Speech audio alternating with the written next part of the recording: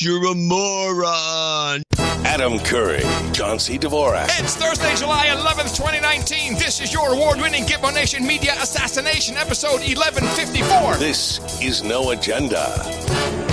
Fueling up the Lolita Express and broadcasting live from the frontier of Austin, Texas, capital of the Drone Star State. In the morning, everybody. I'm Adam Curry. And from northern Silicon Valley, where we're celebrating International Population Day and the death of Alexander Hamilton. One down, 7.7 billion to go. I'm John C. Dvorak. It's Crackpot and Buzzkill in the morning. 7.1 billion what? People? Yeah. Huh. All right. That's the population of the globe at the moment. Oh, yes. So how do we celebrate Alexander Hamilton's death? He was shot by Aaron Burr in a duel. Yeah. And that's to be celebrated. Well, it depends on what kind of monetarist you are. Yes, exactly. Before we get into supply side, maybe. Before we get into everything today, I wanted to bring people's attention to a brand new series on Showtime, which represents a lot of what we discuss here in the show. And I don't know if you've seen this. It is The Loudest Voice. It is the story of Fox News and Roger Ailes. Roger Ailes played by Russell Crowe. Yes, who also looks like him with the makeup. Yeah, so you've seen it? No, I've seen the trailers. Oh, my God. Oh, John, it's basically, you want to understand what No Agenda talks about? Watch this show. It is fantastic. Why? Well, I'll give you an example. When we talk about what's going on in television, we joke about the control room. We know how that works, how the interruptions work, how the advertising works, the commercials, what the news readers do, and what they're there for and what their role is. So you're saying it's the No Agenda show insofar as the way we do behind the scenes. Yes, the behind the scenes. Well, whenever we deconstruct media, we know exactly how it works. Yeah. And I've received several emails from people who also have seen it and said, oh, now I get it. For an example, this is before Fox News goes on air. They're rehearsing. And Roger Ailes has come up with this fantastic idea for this new news station, which I'll have a clip of Russell Crowe talking about in a moment. And so he's in the control room. He's watching the set. And again, these are just rehearsals, so they're not live on air yet. Here's a clip. All right, let's look at where we are. What's she wearing? What, is the Bulldog Rodeo in town or something? Why is she wearing pants? Why is she wearing pants? I like legs. Anybody else like legs? I like legs. What the fuck is that? It's the feed. There's some sort of... Halloween is orange. It's orange. It's not so difficult, Pete. So, this is the beginning of the legs on TV that Roger Ailes brought us. And he was right, because he knew what the audience wanted, and that's how it all works. And it doesn't just have to be Fox. It's always been that way. The funny thing is, everyone denies it, or they go, "Oh no!" But in fact, I think it's the way they handle it. I mean, I think women don't mind showing off their legs, but they don't like to be told to show off their legs. Oh no, of course not. And the guy. That's why Paul Zahn quit. Yes. Oh, I forgot about that. Ailes, of course, was also a creep, and he would have girls come in and audition and twirl around for me and spin around, and I didn't pull that clip. But here's Russell Crowe talking about the brilliance of Roger Ailes on Colbert. The 7 o'clock bulletin with Shep Smith is just the news. The rest of the time it's opinion, even though it's called Fox News. Oh, I mean, I would grant that. I mean, I think Shep does a fine job. I think Brett Baer does a fine job. Chris Wallace does a fine job on the Sundays or on Fox. But I mean, when he was putting it together, one of the things that's sort of shocking the other character he's talking to in the first episode, is his willingness to make it look good, make it sound good, to make it something that people will turn on, regardless of what the message necessarily is, because some people have their back up against his willingness to turn it into entertainment. Yeah, well, what he was saying, though, is that, people don't really want to be informed. They don't want all of the details. They just want to feel informed. They want to think at some point in time in their mind that They've got that covered, so he was playing into that. But also, you've got to know that, Roger many, many times over the years said if he hadn't had seen a certain bias in media, then Fox News could have been the exact opposite, because he was looking for the open area of the market. And it was in his estimation that CNN, that MSNBC, CNBC, C-SPAN, ABC, NBC, CBS, The Times, The Post, everybody had a left-leaning bent. Mm-hmm. So to him, what was available was a conservative audience that was being underserved. Mm-hmm. And that proved to be very true, because now you have one single news network which dominates half of the available audience. Right. So it's purely a marketing He idea. won. An idiot. Well, he's put Fox News into an incredible situation, hasn't he? I mean, that is a money-making machine. They make $2 billion a year profit. Mm-hmm. That's a hell of a thing when you think that news services began with the understanding that you would offer news as part of your broadcast, but you did it from a perspective of not needing or requiring a profit. So now you understand why it works and why CNN and MSNBC have lower ratings than Fox, because they are fighting for the same audience. They're fighting amongst themselves. Fox is by themselves, just all alone, except for some minor this players. This has been obvious since pretty much everyone noticed Fox's dominance. And what surprises me is that nobody else has stepped up. Try to maybe temper it back, pull it back a little bit. Yeah. There's a couple trying. One America News, I think, is trying. But they're trying. You said no one's trying. They're trying. Well, I mean no one who with any kind of clout, high end. No. The problem. I disagree. The problem with One America News is they're not showing legs. All they got is talking heads. That's one of the problems. One America News is not on cable. Is it? It's on my cable. You get One America News on your cable? I do. Huh. Yeah. Well, I mean, there's also Newsmax and what else? Newsy. Newsy, Cheese, whatever that is. Newsy. But, yeah, if you want ratings, you got to show legs.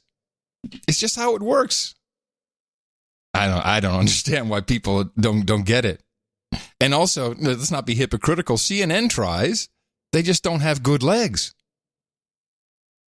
Aaron Burnett. Love Aaron Burnett, or used to. She went kind of overboard, really odd. But, talking heads. Anyway, it's a great show. The Loudest Voice on Showtime. Something to watch. It really... Is it a series? I thought it was just a movie. No, it's a series. They've had 2 episodes so far. Oh, okay. I have no idea how long it's going to take. It seems like it would be a 7 or 8 parter, just from where they are in the story. Well, it depends on how they get. But they always slow down the narrative and keep it going forever. Yeah, well, that's what you want to do if you got a hit show. Well, we'll see. Russell Crowe is fantastic, though. Really good.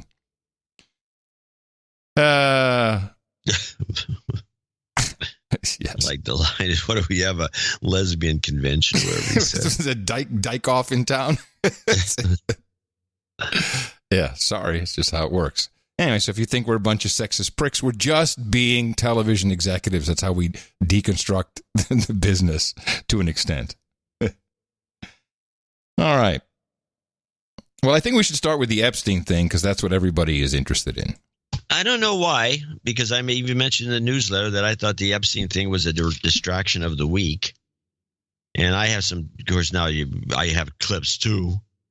But, what do you got? Well, you must have some back. I have the Epstein report, the PBS kind of a rundown. You can run that. Yeah, let's do that. Let's start, first of all, with this Epstein case. His lawyers are saying that their client believed these girls were over 18 years old. And also, they are saying that this was not child trafficking because, in their words, there was no coercion and there was no violence. I want to ask you, you're also an attorney. Legally, what is child trafficking? So under the federal law, there is no need to show force, fraud, or coercion when it comes to the issue of minors. Under the federal law, anyone who recruits, patronizes, solicits a minor under the age of 18 for the purposes of a commercial sex act can be found guilty of trafficking. A commercial sex act is actually really broadly defined under the federal law. It encompasses any sex act that's exchanged for anything of value. So under the facts of this case, as alleged, it could absolutely constitute a federal anti-trafficking case. Right. This is interesting because it tells you that if you pick up a streetwalker who's 17 and you fly her to a different state. No, you don't have to fly her. You didn't hear that. If you pick up a streetwalker and pay her for sex, somehow you're a sex trafficker. You don't have to fly her anywhere. You don't have to even put her in your car. You can walk off with her. Oh, you're just trafficking.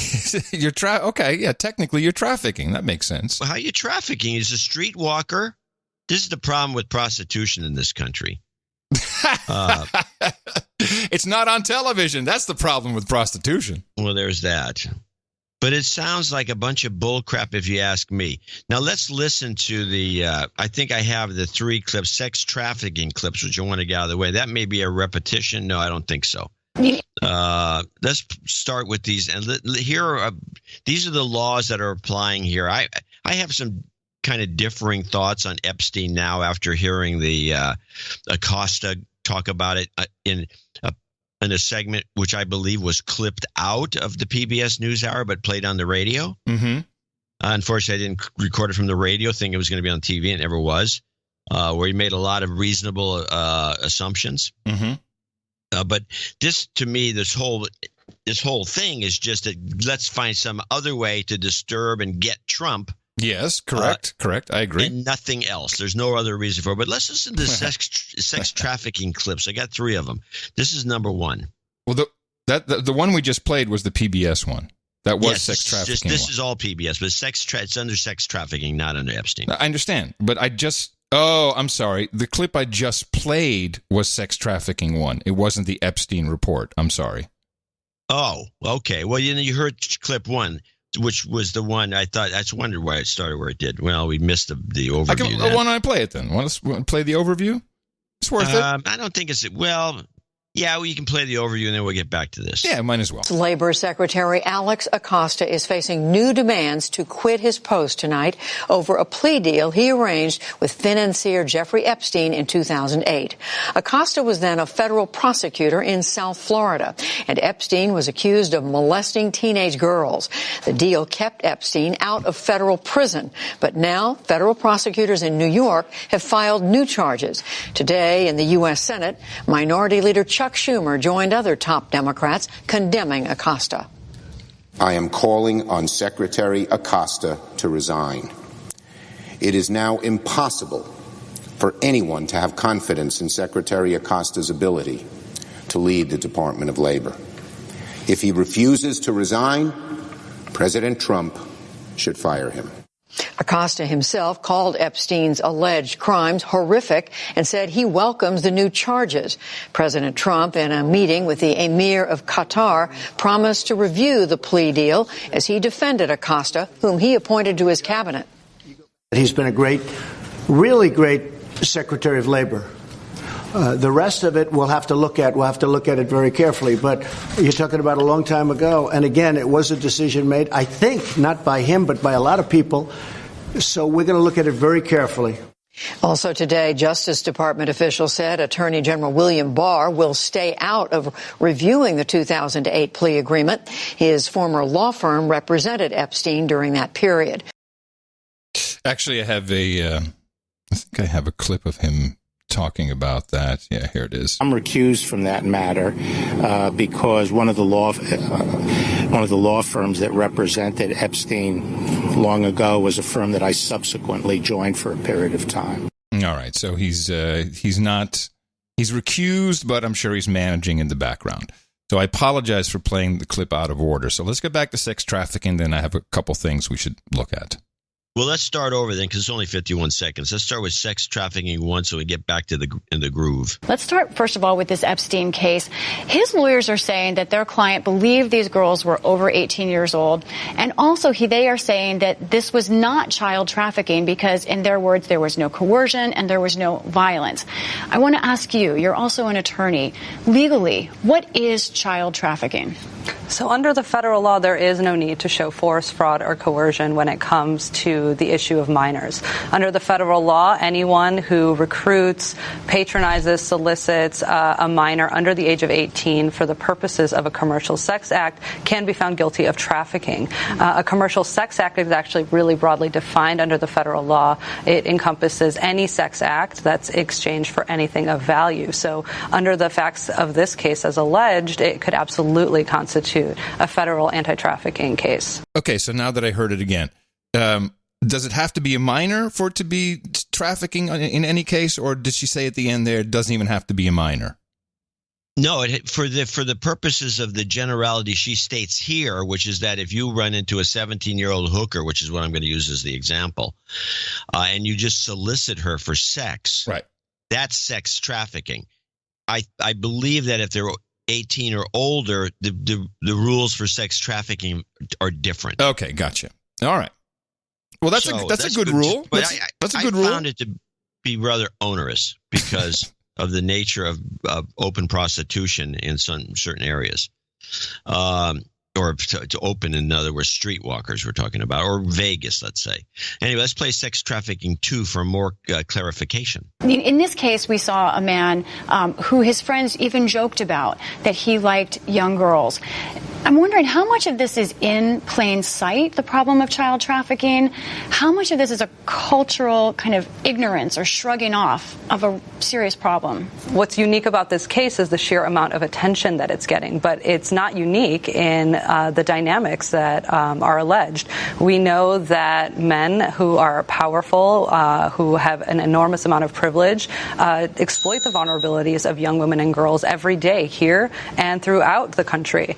What's interesting about this case is that it's getting an unbelievable amount of attention, but from our work on the ground, there are individuals much like Jeffrey Epstein who are extraordinary, wealthy, and powerful businessmen. Many of them are actually white men who use that power and privilege to exploit vulnerable young women and girls. Oh, it's just white men. Okay.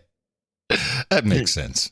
Yeah, by the way, if anyone wants to read something maybe a counter to this, you might want to read the book Pimp by Iceberg Slim, which we've actually promoted on the show before. Okay.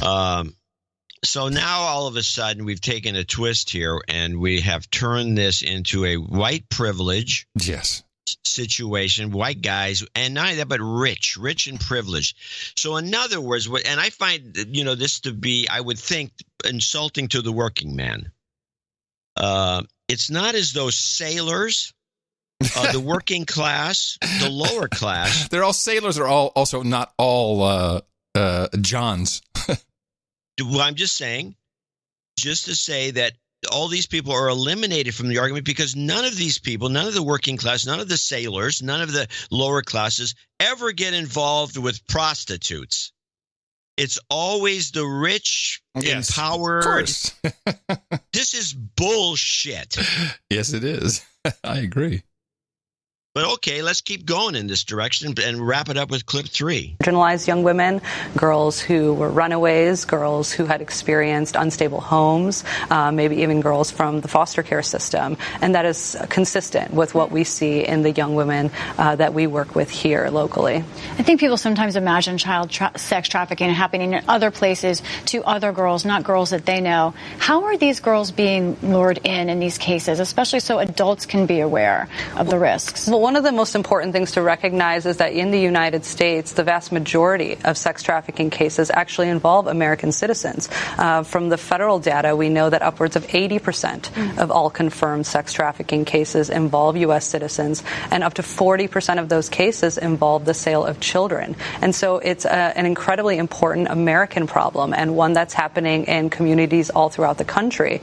I think that one of the things that we're hoping comes to light and that people are able to connect the dots between the Epstein case and child sex trafficking all across this nation is that it's often very powerful men with means taking advantage of the vulnerabilities of some of our most marginalized young women and girls. Well, at least they didn't say podcasters. Jeez. Well, we can't afford it.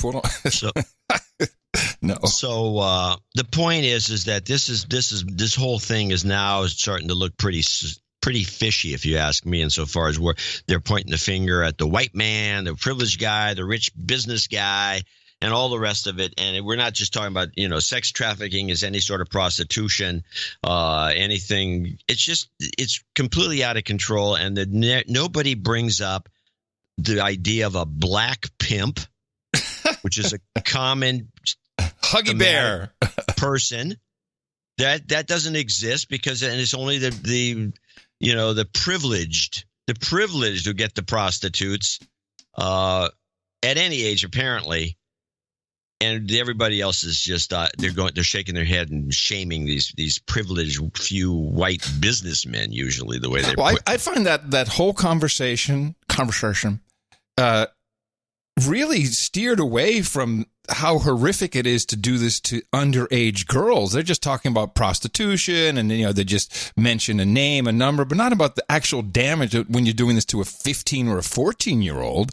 I mean, you're right. You are 100% correct. Everything you saw on the news, in the media about this is distraction. What are they not talking about? The victims. They're not really actually talking. They're not interested in the victims. They're only interested in Trump. Yes, the media and has Acosta. And why do we have Schumer coming out demanding he quit? The Labor Department's got nothing to do with this case unless you want to consider prostitutes a labor force. Okay, why don't they say that? And then you could get rid of him. When it comes, the guy has a conflict of interest. When it comes to elites in government, in banking, in royalty, and pedophilia, I have some standing with work I've done over the past 20 years. Well, you had a radio station burned down. When I mentioned that the Attorney General of the Netherlands at the time, who not only admitted as much, but also there was videographic evidence and eyewitness testimony that he was sodomizing young Turkish boys and had allowed himself to become blackmailable inside the highest position of the Department of Justice in the Netherlands. I merely discussed it with Misha Kut. He is the journalist who uncovered it. And yes, immediately one of the most high-powered law firms came down on the station. It didn't literally burn to the ground, but they lost their license, lost their funding, and the station shut down. So I became very interested in these types of cases. Yeah. And why not? And of course, it's fantastic to have a guy like Acosta in the Trump administration and to go get Trump. But why are they asking for Acosta to resign? That's what it is everywhere, even The View. That's the problem here, and that's why Acosta has to resign. He has to resign. He has to resign because when you're a prosecutor, your job is not only to seek justice for... You're asking the right question. ...the victims of a crime, to protect the community from their future crimes. By giving him that sweetheart deal, he allowed these new victims to be victimized. But he didn't protect the community. But also to have him in the position he's in now. Yes. It's in his cabinet. Well, I also don't think people like Alan Dershowitz should be on TV right now while they're being accused of being involved. There's a lot of people that have a lot to answer. There is a lot of people. Okay. So they are calling for resignations, which makes no sense other than that you might want this guy out of the way. Maybe he knows something. Maybe what really went down was a little bit different than's being portrayed. So all we're hearing on the news is Acosta, Trump, best buddies, flew on the plane once. Well, I said this before and I'll say it again. And I wrote in the newsletter and I haven't said it specifically on the show. And I'm working on another essay that is coming out shortly that discusses this.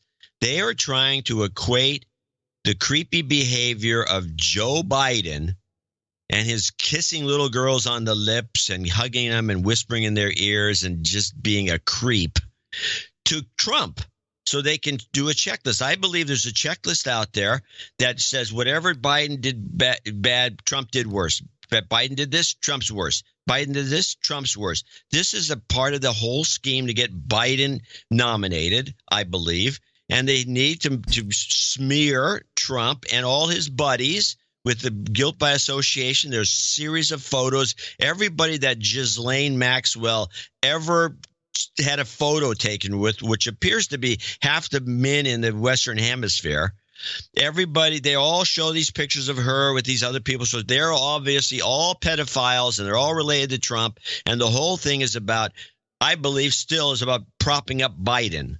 Okay. And I have a different opinion. That is what the news media is doing. What is actually going on is, I think, something completely different. And I'd like you to go along into Adam's mind for a moment and just leave it open for information and supposition and conspiratorial thinking. Let's go back to this original case. It was a case that was brought by the sheriff. The sheriff found this out of the whatever, Palm Beach County, whatever it is. Took it to the state attorney. State attorney wouldn't touch it. That's when the feds came in. The feds are like, holy crap, these guys are going to let the guy go. So they put a deal together. Then all of a sudden, there's word from higher hand, and this is in the documents, that Epstein was possibly, that he had worked for the FBI. He had done some stuff. Please go easy on him. What Acosta wrote, and he's written a lot about this. He has a lot of legal opinions. He was very disappointed in how it went down.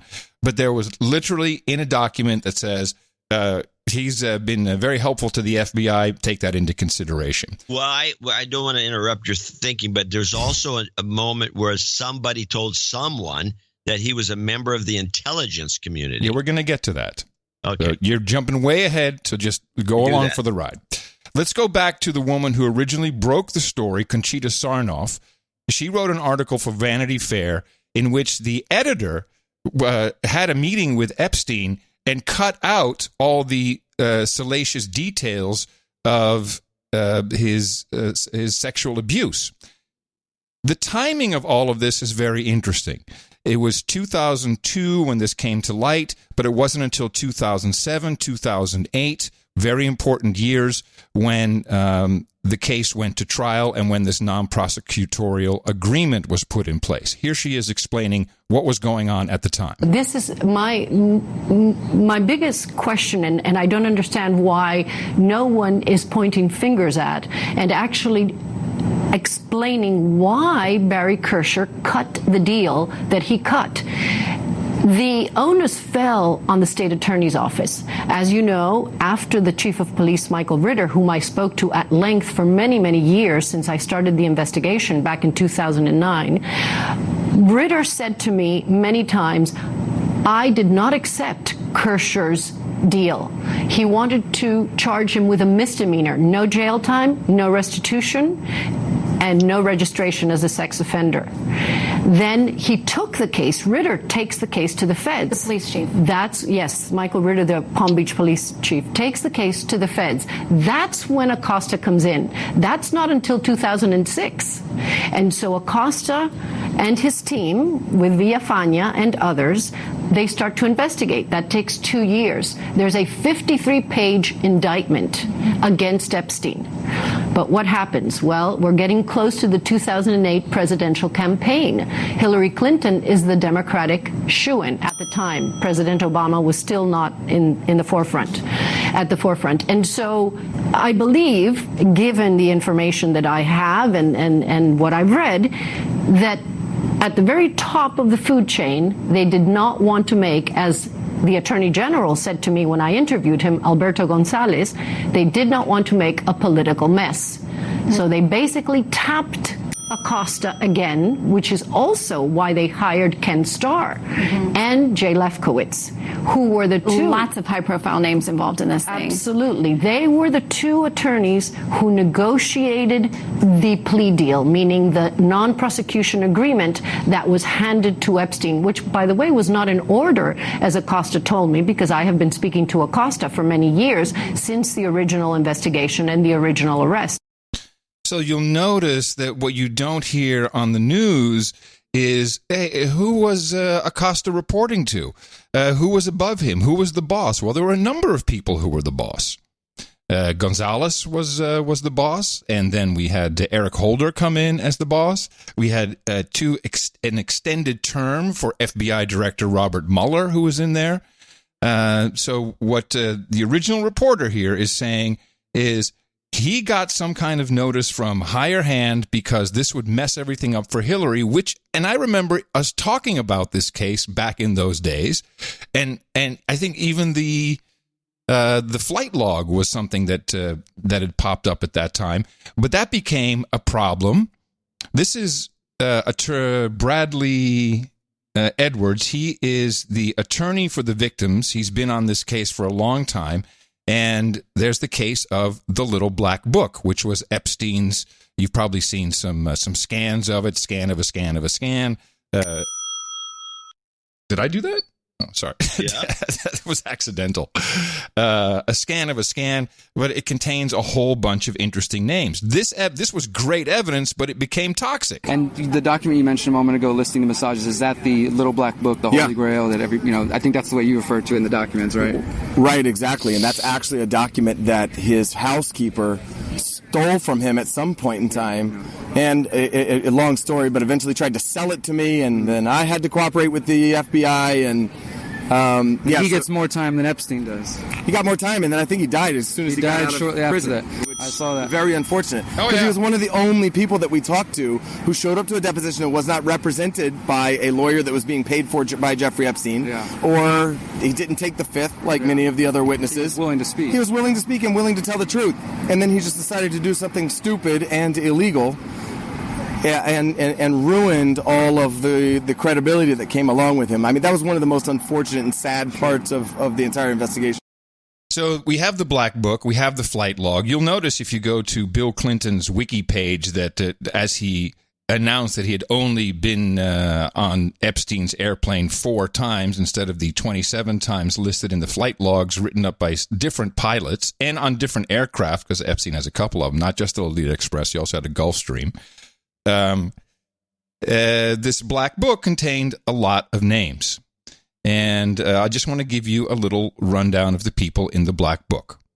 Janice Dickinson, Joan Rivers, George Mitchell, Michael Bloomberg, Andrew Cuomo, Barbara Walters, Alec Baldwin, Ralph Fiennes, George Hamilton, Dustin Hoffman, Kevin Spacey, Liz Hurley, Lauren Hutton, Naomi Campbell, Christy Turlington, Henry Kissinger, Courtney Love, Mick Jagger, Cornelia Guest, Phil Collins, Itzhak Perlman, Simon Le Bon, Charlie Rose, Richard Branson, Candace Bushnell, Tom Ford, Vera Wang, Dershowitz, Kissinger, Tony Blair, Rupert Murdoch, Ehud Olmert, Leslie Wexner, we'll get to him in a second, Mort Zuckerman, Dennis Ross, Bernard-Henri Levy, that asshole from France, Goldman Sachs strategist Abby Joseph Cohen, President Bush.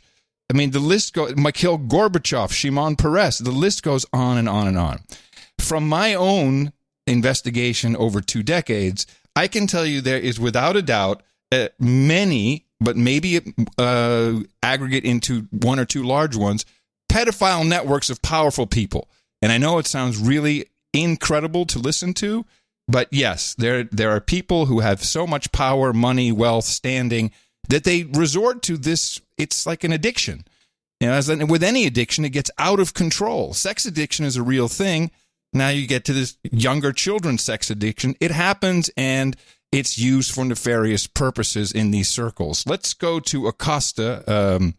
Acosta's press statement that he gave yesterday regarding other individuals who might have been involved. I wanted to ask and follow up with your answer to the earlier question about the potential co-conspirators. Were you confident at the time that any potential additional co-conspirators didn't commit sexual abuses against underage girls like Epstein did, even if it may not have been at the same scale? Because some of those victims have accused others of doing similar acts to them. So, let me see how I can address your question without running afoul of Department of Justice guidelines. Okay, so he can't say stuff. That's literally what he's saying. If my office had been aware of individuals who committed acts such as sexual abuse, my office, it would not have been my position that those individuals should have been part of that kind of immunity. It's not even an immunity deal. It should not have been part of that paragraph. And so I know that there are a lot of rumors about who those individuals may or may not be. I think those rumors are misconstruing the acts of the office with respect to that particular paragraph. Okay, nice non-answer, but we all understand that he cannot talk about other people involved. Let's go back to the victim attorney, Bradley Edwards, who was more than willing to talk to this attorney. It didn't even have to be deposed. It was Donald Trump. The only thing that I can say about President Trump is that he is the only person who, in 2009, when I served a lot of subpoenas on a lot of people, or at least gave notice to some pretty connected people that I wanted to talk to them, he is the only person who picked up the phone and said, let's just talk. I'll give you as much time as you want. I'll tell you what you need to know, and was very helpful in the information that he gave, and gave no indication whatsoever that he was involved in anything untoward whatsoever, but had good information that checked out and that helped us, and that we didn't have to take a deposition of him. That was in 2009? That was in 2009. So 2009, Trump is already very happy to talk to this attorney about what he knows about Epstein. Apparently it was very helpful. I don't think Trump is very worried. Doesn't seem like the kind of guy who would do this if he was really incredibly worried about being implicated in anything. In fact, I don't think he's this kind of guy. He's got a whole bunch of other issues, but I don't think this is one of them. One person, interestingly enough, who has been all over the big question, which is not even addressed, is who is Jeffrey Epstein? Everyone says billionaire financier. Well, shit, I'm a financier to our kids. Here's $20. I'm a financier. Is he a hedge fund manager? Well, no one really has seen any trades. I'm not quite sure. Where's his money coming from? So originally, Les Wexner, who owns all the L brands, that was kind of his guy. And in fact, I think he even bought the mansion in New York, was originally from Les Wexner. And the secondary guy who comes along into Epstein's life, who was had no track record as a trader, no Wall Street experience, but all of a sudden here he is, financier to the rich and famous, Steve Hoffenberg. Steve Hoffenberg is the guy who showed him the ropes, and Epstein was in business with him, although Epstein was very lucky because Hoffenberg, before Bernie Madoff, was convicted of the largest Ponzi scheme in history at the time, $475 million. And that also took away a lot of Epstein's liquid cash to do whatever he was doing. The person who's been on this and understanding who Jeffrey Epstein really is, which no one's investigating it. It's just a fan, just a rich guy, billionaire, hedge fund manager. Bullshit. No one knows the guy on the street. Ann Coulter actually has been all over this. I think the most interesting two things about this case are, number one, where does Jeffrey Epstein get his money? My theory doesn't account for it all. We know it's not because he's investing money. He was, a high school math teacher. This guy Wexner grabs him. Oh, you're a genius. And suddenly the amount of real estate and private planes this guy has, it is billions of dollars. You're not privately investing anything without ever, moving the market. That is clearly untrue. My theory was that he was the concierge of this underage sex club, so to speak, and some wealthy men paid for this. But, this is kind of a niche sexual fetish. Underage boys and pedophilia. Girls. I mean, how many billionaires do we have here? Which makes me, and let me throw the other second thing that I think is very interesting about this case. Epstein, according to both the girls' accounts, he wanted them to have sex with powerful men, come back to him and report on it, describe what they wanted, what their fetishes were, and he had cameras throughout the house. So this is obviously for blackmailing purposes. It just seems to me there is something much bigger is behind this, perhaps a state sponsor, powerful enough people for, as the evidence I described for the original state charge, forget the, Democrat, Republicans, whatever. It just seems to me there's a very powerful force behind what's going on here, and I am still nervous about this not coming to a conclusion. Man, I agree with Ann Coulter, certainly when you see the way the conversation is being steered. So it appears to me that Jeffrey Epstein is the kind of guy, and this wouldn't be the first in history, but throws parties. It's all great. It's a great time. We know how he recruited the girls. This is now open knowledge. everybody come on down to the island. Let's hang out. Let's party. Maybe you can hang out with these girls. And then after, let's just take Bill Clinton as an example. Maybe he finds a 15, 14-year-old very attractive. He has a good time with her. And then maybe a week or two later, Epstein calls and says, "Oh, Bill, man, I just found out that, that girl that you were hanging out with at the island, dude, she's 15. But, I got it under control. I think we can handle this. Why don't you put $5 million into my fund, which, by the way, is 2%, 20% of the profit, and which he just invested in S&P 500 or something. He wasn't trading anything. But you just, why don't you do that, and then I'll keep all of this on the QT. And take into account the models, the relationship between Epstein and was it the Q something modeling agency. This is a blackmail scheme that it's clear as day to me, as clear as day. And it's all under the guise of we're having a good time, we're partying, it's not a problem, it's all great. And then he just goes and he starts to rake it in, and then everybody's hooked. And now everybody has something on everybody else. And I think that is the basis of his wealth, what he's been doing, the scam he's been running. Everything points to it. There could be a bigger state actor, but let's just, for a second here, let's stick in this. This went unfinished during the Obama administration. They should have wrapped this all up. They should have taken care of whoever needed to be taken care of, because this was just waiting for Trump politically to grab this. And I think that he is steering this, he's behind it. Everything points to him not being involved and wanting to help bring this to justice. Maybe it also connects to Mueller. Again, he had an extended period outside of the 10-year term, which is legally set in stone, but somehow they weaseled that into 2 extra. Maybe there was some stuff that he had to fix or some things he had to change or whatever. Maybe the FBI was using Epstein for blackmail purposes to get information through him. Here's the question you were asking earlier about being an intelligence asset. It came up in the presser. Secretary, were you ever made aware at any point in your handling of this case if Mr. Epstein was an intelligence asset of some sort?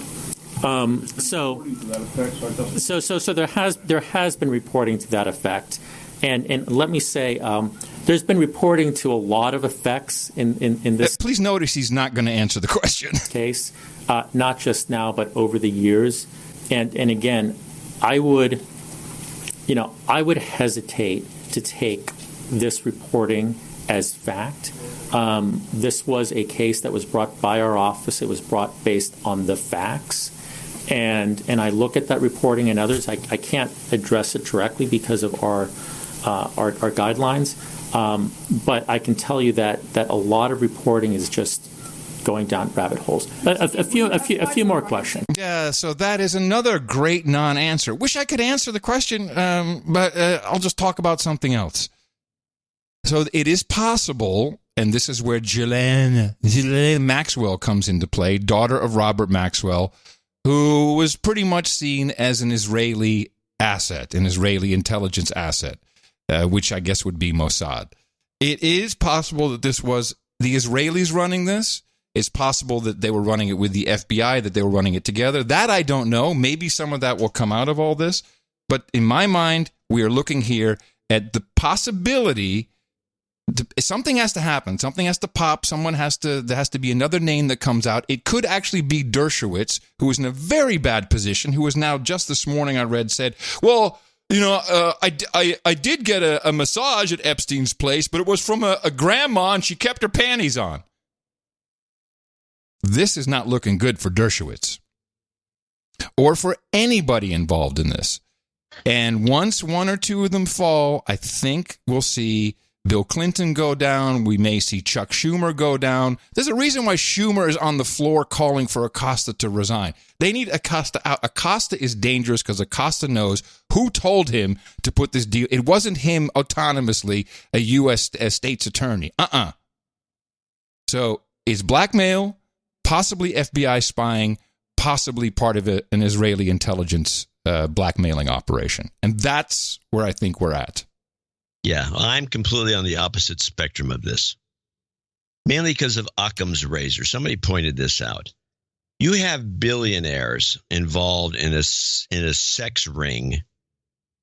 Billionaires, most of them have one or maybe two or maybe more fixers that would have killed this guy by now. Why isn't he dead? And he should have been dead if this was going on. If it was a blackmail operation, there's too many people being blackmailed. You can't keep that many balls in the air. It's bullshit that it was blackmail in the first place. Look at it from a more logical Occam's razor perspective. This guy is running. I think you're right about the investment thing. Although he has had a lot of experience at Bear Stearns, he was no slouch. But setting up an index fund and just having people put in money into it so you could join the club.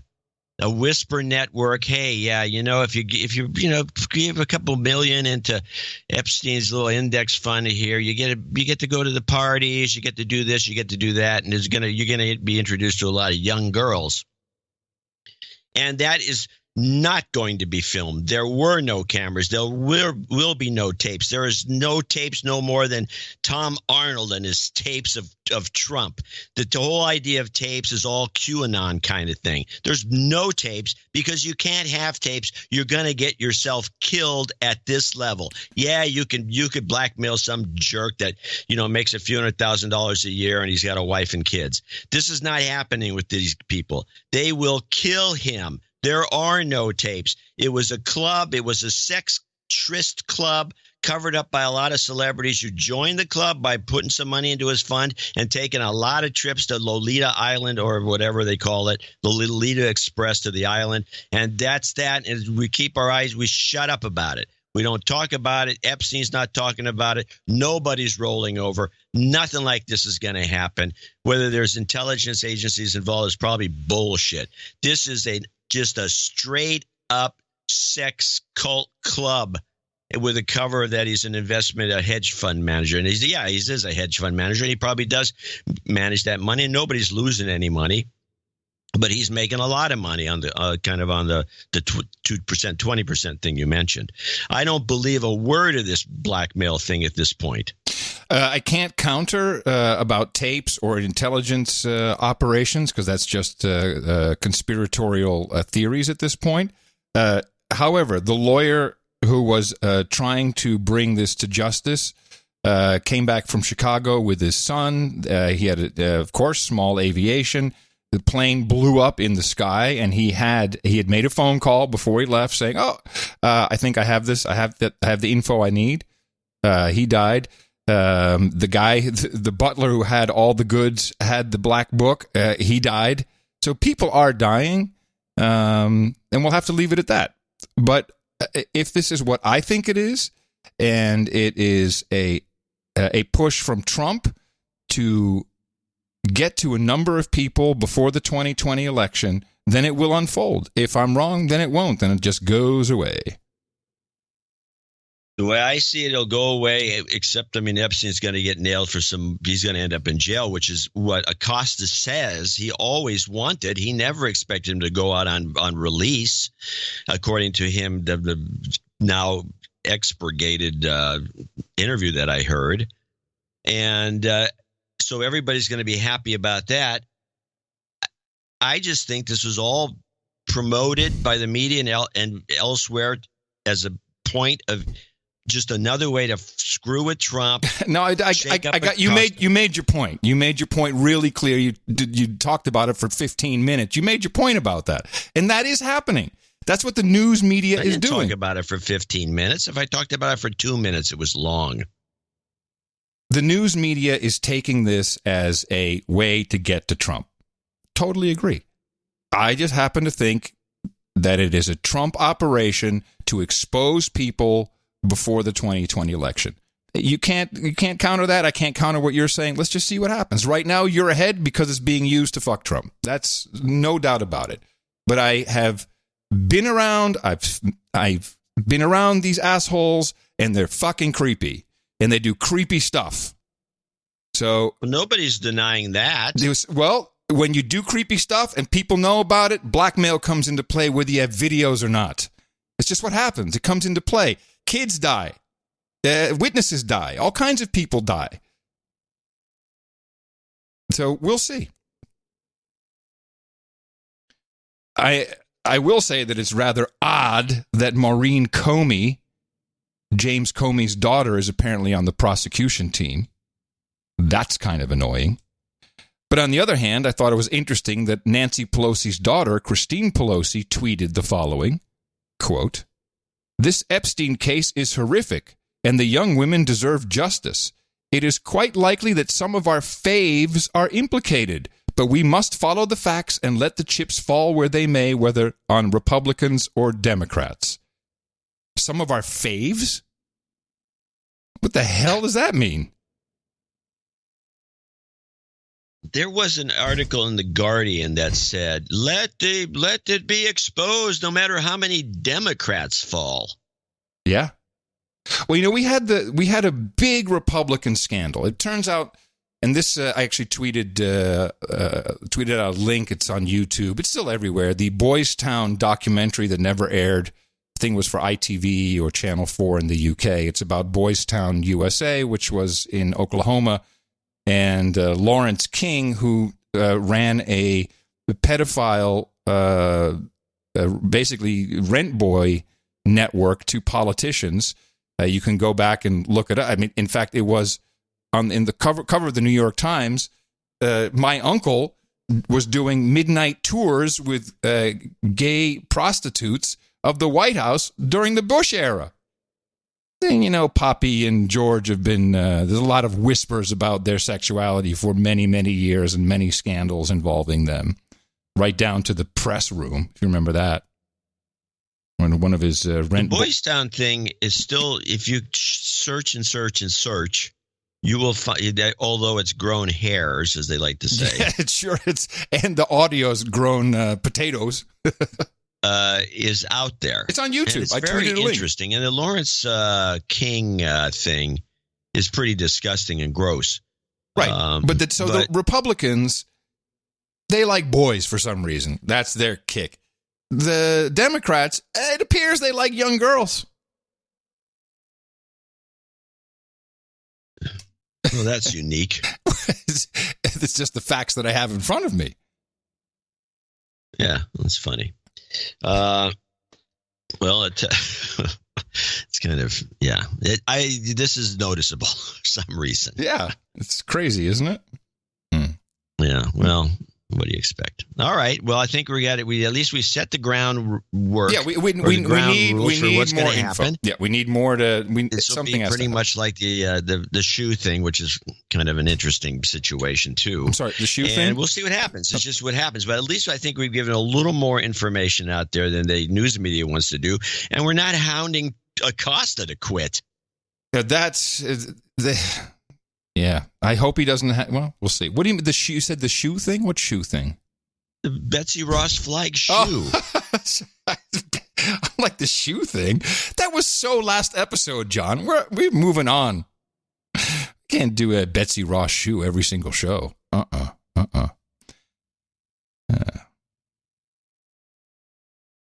okay. Where would you like to pick it up from here? Well, we can go in all kinds of different directions from that. The cannabis story is interesting, but let's know. Now, this runs a little short. Oh, here's one that you're not going to hear in this country. This is going on in the Great Lakes and all over the place, and the Canadians are reporting about it, but we're not.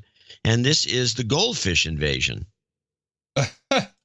Well, they're an easy first pet, a popular ornamental fish, a calming presence in dentist offices. But if goldfish are discarded in the wrong way, they can grow into destructive, monsters. Parts of Lake Ontario are filled with them, so researchers have launched a unique catch and release operation in hopes of getting the upper hand. Cass Rusi shows us how. We started tagging goldfish in 2017. Near Hamilton, Ontario, aquatic research biologist Christine Boston and her team are on a mission. Oh, get that guy. A mission to rid the waters of an unwanted and unwelcomed predator, goldfish. What? And not the tiny orange-colored variety in aquariums. What are they doing in the harbor? These are meant to be in a fish bowl. So why are they so big? I don't remember goldfish being that big. I think they have the resources. They have an unlimited supply of food here in the harbor for them. That's good for the goldfish, which are not only surviving, but thriving. It's doing well, and our native fish aren't doing well. It competes for the habitat that our fish need to spawn and reproduce. They generate a lot of turbidity in the water, which decreases the water quality. So how did this happen? Well, apparently that little goldfish in the goldfish bowl, those little guys are stunted because people feed them so much, and they stay in the. If you give a little goldfish in your goldfish bowl, the opportunity to live in a lake, it will become 2 feet long. Huh. So those giant goldfish that you see in the certain aquariums, and they show them off in Japan. Those are the same fish, the little guys. And this happened because people started flushing the goldfish down the toilet or throwing them in. Goldfish. We can't keep this goldfish, honey. I'm going to let him loose in the lake. And so they let him go. And the next thing you know, we're plagued with these giant goldfish. Are they like all koi? over Lake Ontario for starters, but apparently every place else, in any place that has a lot of carp, the carp, which are a pain in the ass and a nuisance, the goldfish have replaced many of them. And so this is like a huge problem. So are these like koi? Yeah, that's what it looks like. It looks like it's about a 2 foot long, actually, generally speaking, about 12 inches to 24 inch long goldfish. Swallow that, bitch. So, I guess, and they're not good eating, and they're pretty. They're definitely pretty. Yeah. Wow. I bet you that's happening everywhere. I bet you it's happening in Austin. I bet you it's happening in Austin too. I got a note from the former New York banker. He linked to a Wall Street Journal article, which started off about Deutsche Bank. They're getting rid of 18,000 jobs or whatever. Yeah, they're firing a bunch of people. But the title of his email was, remember 5 years ago, he said, I told you we won. And you look at this article, the European banks are not doing business anymore. It's all U.S. banks who are doing the mergers, the acquisitions, the advisory role, the IPOs. All the European banks are essentially out of business, and they still haven't dealt with the 2008 issues. They still have toxic debt. This is what is happening with Deutsche Bank. So it looks like we kind of, I don't know if you talked about this with Horowitz, but it looks like the U.S. banks have just have taken over the Eurozone, and the European banks have capitulated. Well, we won, but what did you explain why the European banks can't keep up? I mean, Horowitz and I talk about most recently about their negative interest rate experiment. Which is probably what sunk them. You might want to try and explain this because I think it's useful for people to understand. If you buy bonds overseas outside of the United States, our bonds are cheap. The bonds are expensive, but the interest rates are low. They get 1.8, 2.2% for a various length treasury bond. In Europe and Asia, they've been experimenting because they're looking at some other kinds of numbers, and they didn't like the idea of quantitative easing, and they've had a different approach to trying to stabilize. They have negative interest rates. So if you invest $1,000 and you hold the bond to maturity, you get back like $900 and something. Woo! What an investment. So it's not much of an investment, to say the least. And so everybody's using arbitrage to kind of get free bonds from their government and then buy our bonds. And so it's like it's strengthened our entire banking system and our structures. And all the the big ones, in fact, the worst case scenarios in Switzerland, of all places, where I thought they had the strongest banking system because they have their Swiss bankers. It's like got a reputation, but no, they have the biggest negative interest rate in Switzerland, and the whole thing is baffling. I mean, Horowitz can't understand it. I can't understand it.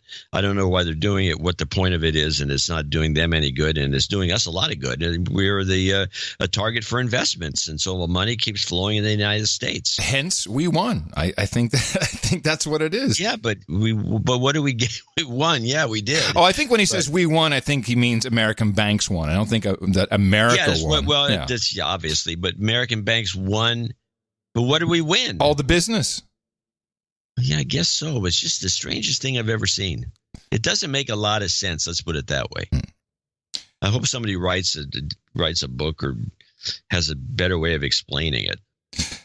So you had that. He didn't help. He's not very helpful. We won. Okay, great. Why? How? What was the mechanism? How did they get stupid overnight? I mean, what happened? That will be something for the next dinner I take him out to. These are the questions I will take with me and ask him profusely. Very interesting data coming in from the ham radio community. As you know, hams will save the world. They will. Well, right. Where's my guy? Here he is. Here's my guy. Now here we have ham radio, guys. Ham radio is the public service network of last resort. When the apocalypse comes, we're the guys who are going to save the world, right? So there's a dude, Victor Echo 7 Delta X-Ray Whiskey. His name is Alex. And he maintains the RF seismograph website. And he has drawn correlations between earthquake activity and propagation of the high-frequency radio bands. And according to the RF seismograph, so propagation, the way shortwave, I'll just call it shortwave to make it easy. The way shortwave radio works that hams operate on is your signal goes out and it bounces off the ionosphere, and it can bounce back down to Earth, and it can make several skips or hops, as we call it, until it reaches halfway around the world. It'll fade in and fade out sometimes, and this is what we call propagation, and it depends on the quote-unquote RF conditions. But around 4 p.m. UTC, July 4th, continuing to July 5th, there was a total blackout of propagation in California's Mojave Desert. And this leads me, of course, immediately to conclude that there was something going on that may have helped spur these quakes along. I'm a big fan of the earthquake machine. It's not like it's not talked about, and it's not talked about in Congress. We've played the clips of Cohen, was he Secretary of Defense, who said, hey, everyone else has got weather modification, earthquake stuff. We need to have this too. So it's possible that there was some high aural array radio activity, HARP, as we call it, that may have either inadvertently or purposely set off something. Or maybe it was just testing.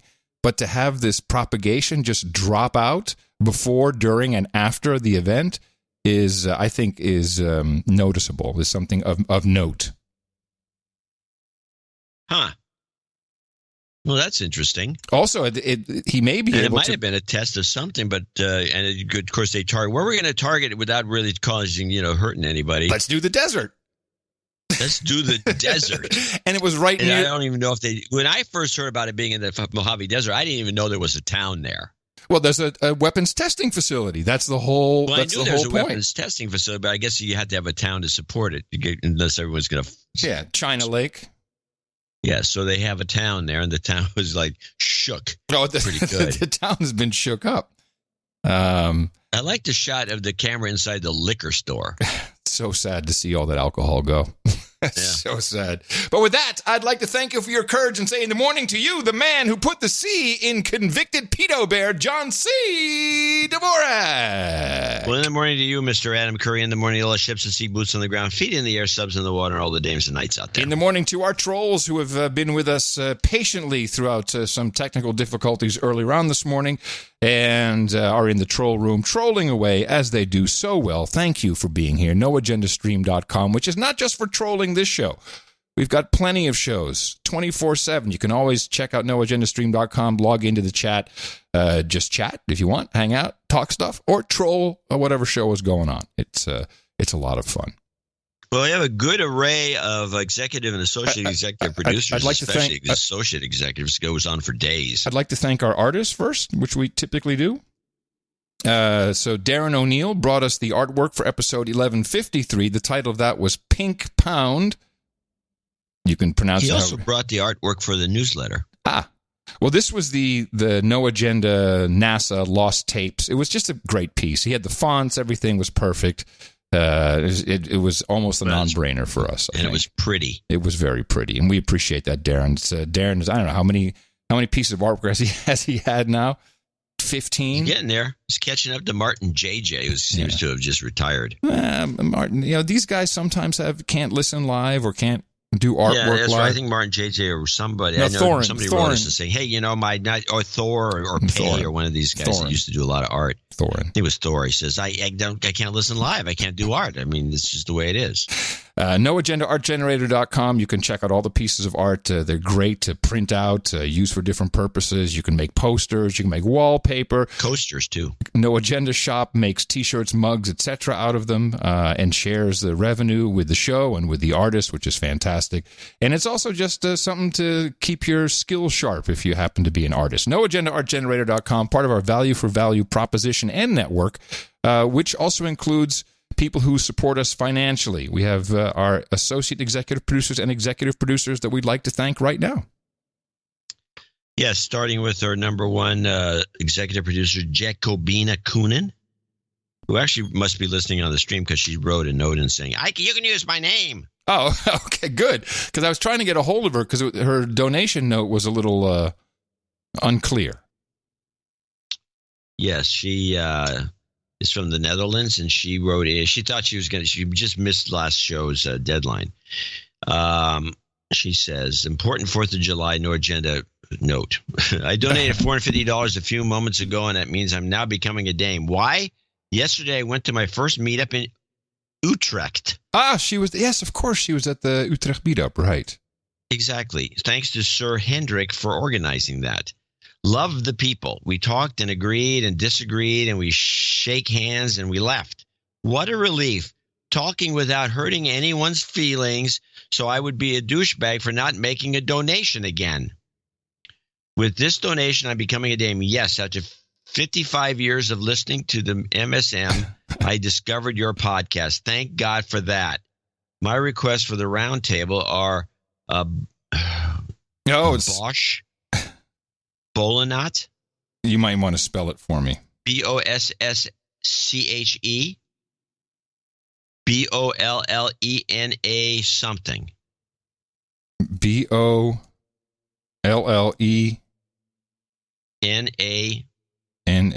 This goes into Unicode. It doesn't come No, up. I think it's Borschabollen, probably. Okay. Which is, I think that's a food. Borschabollen, but it's something I'm not familiar with. Could be tulip bulbs. It's something. She says, I hope Adam knows how they taste. I don't. Borschabollen. Yeah, I don't know how they taste. What are they? I don't know. Oh. I've heard. I want to be nice. She's got a name she needs, and she's not on the list with this name, I know. Okay. I want to be knighted as Dame of the Doomsday Deniers. Perfect. See, I'm glad we got a hold of her. That's good. Borschabollen, could it be beetroot? No. Well, beetroot's tasty. Please, she needs a goat scream to everybody who is now listening and have not been donating for a long time and have not been donating for a long time. People, if you love the show, donate. Keep up the great work, Jacobina. Okay, Borschabollen is here. I have it now. It's a pastry filled with whipped cream and covered in chocolate. Borschabollen. Sounds like an eclair. It's it looks like an eclair too, but it's a Borschabollen. You've got karma. Thank you very much, Jacobina. I look forward to seeing you as the sole entrant on today's show of the No Agenda Roundtable. See you there, and we'll be daming you. And thank you for your courage. Sir Sean Fincham in Portland, Oregon. Long overdue value for value donation here. I know I'm a bit late to the party, but I wanted to share a note regarding the Nike Betsy Ross flag shoe debacle. I have some good friends high up in Nike, as does everyone in Portland, although not marketing, unfortunately. One in global football. That means soccer, John. The others in logistics, finance, and store design. I had them cover our 4th of July. I had them over at the 4th of July barbecue, and I can't begin to tell you how entertaining it was to hear them talk about the shoe controversy. I did not ask if Colin Kaepernick was actually consulted on the matter. My bad, although I don't think they would be in the know. More to come on that. It seems as if the story has finally created a rift within the company. Though the vast majority thinking it's BS, they pulled the shoe. The majority. Oh, wow. Which makes sense to me. Long story short, the night ended with one of my SJW friends calling another one of my friends racist. Keep in mind, these are two white 28-year-old lesbians in a room full of more white people. Gotta love Portland. Wow. That's a good note. Anyway, this is exactly why we need guys like you more than ever. Can't thank you enough for keeping me sane in a never-ending sea of bullshit. No jingles, just jobs karma. Okay. And he finishes by saying, I technically become a baronet today, but I think I'll wait for the title change when I become a baron. Okay, Sir Sean. And here it is. Hey. Jobs, jobs, jobs, and jobs. Let's vote for jobs. You've got karma. And thank you for your courage. $333 comes out of Rutherglen, Virginia, from Matthew Wilbur. Wilbur, you gave me some job karma earlier this year, and it had paid back in spades. Oh, good. Here I am in the second payment toward my fast track to knighthood. No jingles, but please send out another jobs karma to whomever may need it. Jobs, jobs, jobs, and jobs. Let's vote for jobs. You've got karma. $300 comes from Anonymous. Thanks for keeping me sane. Any Sharpton jingle, and if it's available, that's true, please. Absolutely. My daughter loves it. And some karma. Okay. Absolutely. They sit out on the sidewalk sipping mint tulips. That's true. Sharpton. You've got karma. Nothing like a mint tulip on a hot afternoon. I never heard that one. Hey, I'll play it again. It's from the archives. Absolutely. They sit out on the sidewalk sipping mint tulips. Mint tulips. On the sidewalk sipping mint tulips. Nice. Sir Patrick Coble was a baron. He's the Earl. He's the Earl of Tennessee. That's right. He wanted to Earl. He's Earl. Duke. He's not a Duke of Earl. He's an Earl. The producer credit can be credited to the Knoxville, Tennessee meetup. Uh-huh. We had a good turnout. Okay, so he collected some money. Well, he's qualified to do that. Not just he's a bundler. Clearly, he's a bundler. He's a bundler. Oh, that's a great. That we got to. That's it. That's our key. That bundler answers the question we needed before. We have assigned bundlers. This is a good idea for these meetups. Yeah. Okay. So what is he? He's our bundler. Okay. We had a good turnout with around 10 people, and I was able to collect $90, so I had to triple that so the meetup could get a producership. Thanks to Sir Scott. So the meetup got a producer, so you have to put in the list of producers. The Knoxville, Tennessee meetup, yes. Yeah. Got it. Okay, we got that. Thanks to Sir Seat Sitter for organizing it and everyone who came to hang out. A random Sharpton, another one. It's funny. Yeah. And an LGY will do the body good. We had two ex-dudes named Ben who were actually named Ben. Outstanding. Thank you, Sir. Earl of Tennessee. And thank you, Earl of Tennessee, Sir Patrick Coble. He's the meetup machine is what he is. If he's not in the UK, then he's in Iowa, then he's in Tennessee. He's everywhere there's a meetup. We'll give you a list of meetups you can attend in our second segment. Thank you very much, Sir Patrick Cole, and everybody who attended the Knoxville, Tennessee meetup. And I did get a few notes that very similar to what our future dame, said that it's so great to just sit down and chat with people, knowing that you're not going to trigger them. It doesn't even matter what you talk about. It's just it's like a no triggering policy because everybody is sane. RESPICT. Yay! You've got karma. Sir Manischewitz, $2.50. Please apply my donation to the Gravel's Dame Knighthood. for Maxine Waters' Gravel? Yeah, apparently. Okay. Great shows. Okay, so the Graveler is listening, so you have to, and you do the bookkeeping. You can add $250 to your coffer. Nice. I listened to Conspiracy Land podcast, and I wrote about this, and I had to go all JC, but that is utter bull crap to an extreme. Yeah, this was a podcast that's been developed by Yahoo. This is they hired Isikoff, the one he used to work for the New York Times, Newsweek. He ran all these jobs, and he finally ran out of places to work. I'll do a podcast. That's where we all end up. When he's doing a podcast, which is just really promoting his book, which he wrote with David Korn, the douche, the David Me Too guy. Well, not just that. He was. He also propagated the Steele dossier. Right. He was really pushing that. He was a welcome guest on all the news channels. He no longer appears to be a welcome guest. Well, after groping, I guess not, or whatever he did. Yeah, whoops. Anyway, thank you, Sir Manischewitz.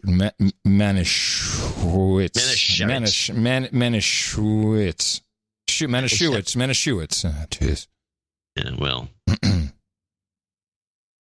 And that was $250. He's associate executive producer. And we got a lot of them for some reason. And I don't know, it wasn't anything specific in the newsletter. Maybe the dog, not sure. Vasilios Plangetis, I think. 222.22. In the morning, I'm happy to be donating to be a second-time associate producer, and have been meaning to since I finished my 100-episode run, which spans from episode 717 to 816. The donation is recognizing the fantastic work done by you two and all the executive producers and associate between episodes 717 and 816. I just wanted to quickly go over some things I learned during this run, which includes the fact that Adam has or had an airstream of consciousness. The mudflats are probably still there, and that No Agenda episode 776.5 is one of the best podcast episodes ever made. If you are new to the show, you must listen to this episode 776.5. It is a unique blend of humor and knowledge. I don't want to ramble too much, so let me do my good No Agenda duty and call out Franco as a douchebag. He's new to the show and grinding away in school, but I don't want him to fall into the trap of not donating to the best podcast in the universe. Let me remind everybody that every bit helps the show, and it feels good to donate, which is, by the way, a scientific fact. I mean, it's been studied. Adam, jingle request in this order, please. Oh, my God, can you see that juice? Get out of my vagina. Hillary, it's almost too delicious to believe, my friend. And wash your hands after touching any meat. Love and light, Vasilios. Oh, my gosh. Can you see that juice? Get out of my vagina. It's almost too delicious to believe, my wash friend. your hands after touching any raw meat. Karma. Kind of crashy there. All right. Albert Peter Jurgen Verheij. Albert Peter Jurgen, of Jurgen, that's probably a G instead of a J. Albert Peter Jurgen Verheij. You nailed it. You nailed it. Yeah. He's in Holland, 22222. Dankjewel, Albert Peter Jurgen Verheij. I will look for a note. Okay. And we will run that note in the second half if I can find it. Sir Tim of the Tunnels and Waipahu, Hawaii, 200. Damn that pooch! It needs a name. Oh, we're talking about the dog, which I used when we were in trouble. It worked. Damn that pooch! It needs a name like Pitiful Pete or something equally pathetic. No jingles and goat karma for all, Sir Tim. Well, does the dog have a name? It's your dog.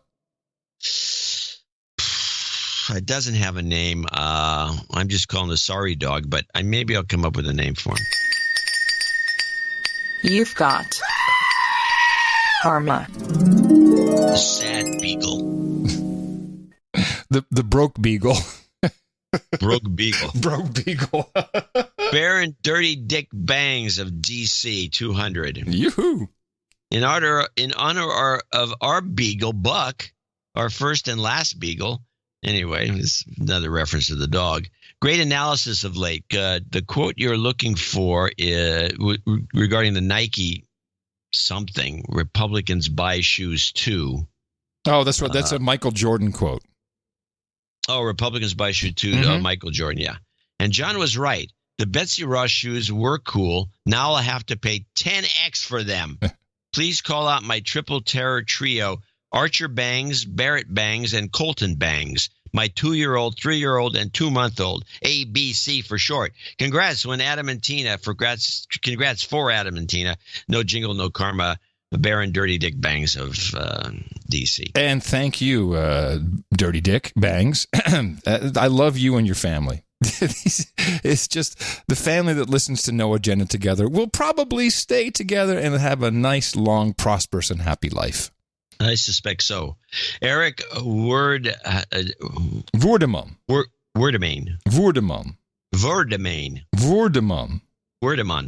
There you go. This mail follows my drunk donation. I need to apologize for I'm sorry. Stop.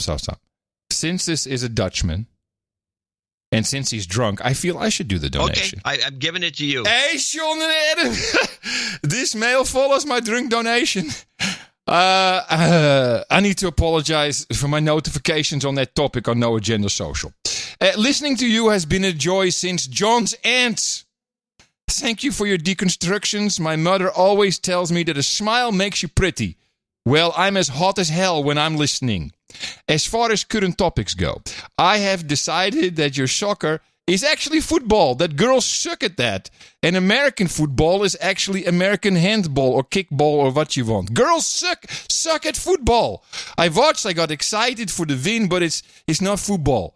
So Chris will have to say something about Australian football. So there's that.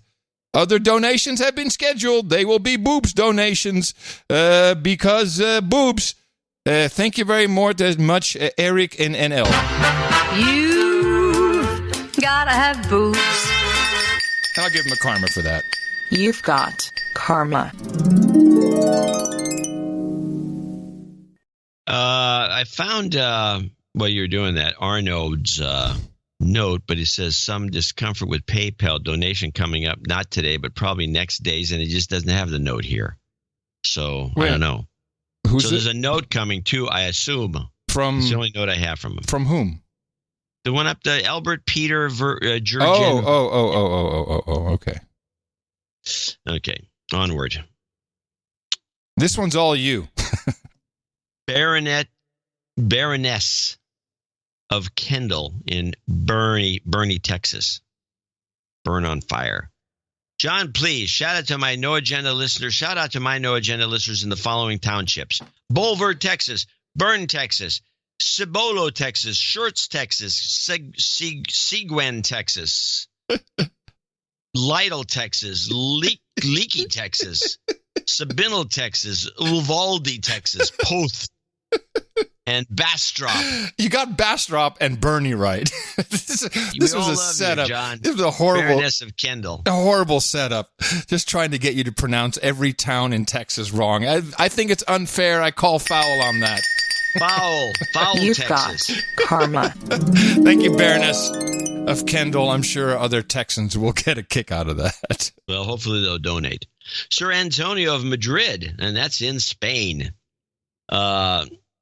You gave me a lot of hours of joy, laughs, and food for thought. No Agenda is the best podcast in the universe. Please give me some job karma. All the best. Jobs, jobs, jobs, and jobs. Let's vote for jobs. You've got karma. And Sir Antonio will be our last associate executive producer for show 1154. Coming up on 1155, which is a curiosity numerologically, and we're going to promote this. We have two things coming up on Sunday. One is it's going to be International Mac and Cheese Day. Woo! And International Nude Day. Woo! And 1155 is 33 times 33 plus 33 plus 33. Can't go much crazier than that. So we're having a $33 special on next Sunday, and also recommending people. We don't usually recommend mac and cheese, but mac and cheese in the nude. It's a fine combo. With 33 of your friends, what could possibly go wrong? Mac and Cheese Life. Mac and Cheese by Ayn Rand. And thank you to our executive and associate executive producers. These are titles that you may proudly display on business cards, your letterhead. Put it on your desk. Put it on your cubicle. Put it on your social media profile. People care about this stuff. And it's true. You are a producer of episode 1154 of the No Agenda podcast. If anyone questions that, we'll be happy to vouch for you. And as John just said, we've got a fabulous opportunity for lots of good karma this Sunday coming up with our special trifecta of donations. Please remember that. Dvorak.org/NA. Yeah, that's where you want to go. All right, everybody, stand by for more deconstruction because that's what it's all about. Our formula is this. We go out, we hit people in the mouth.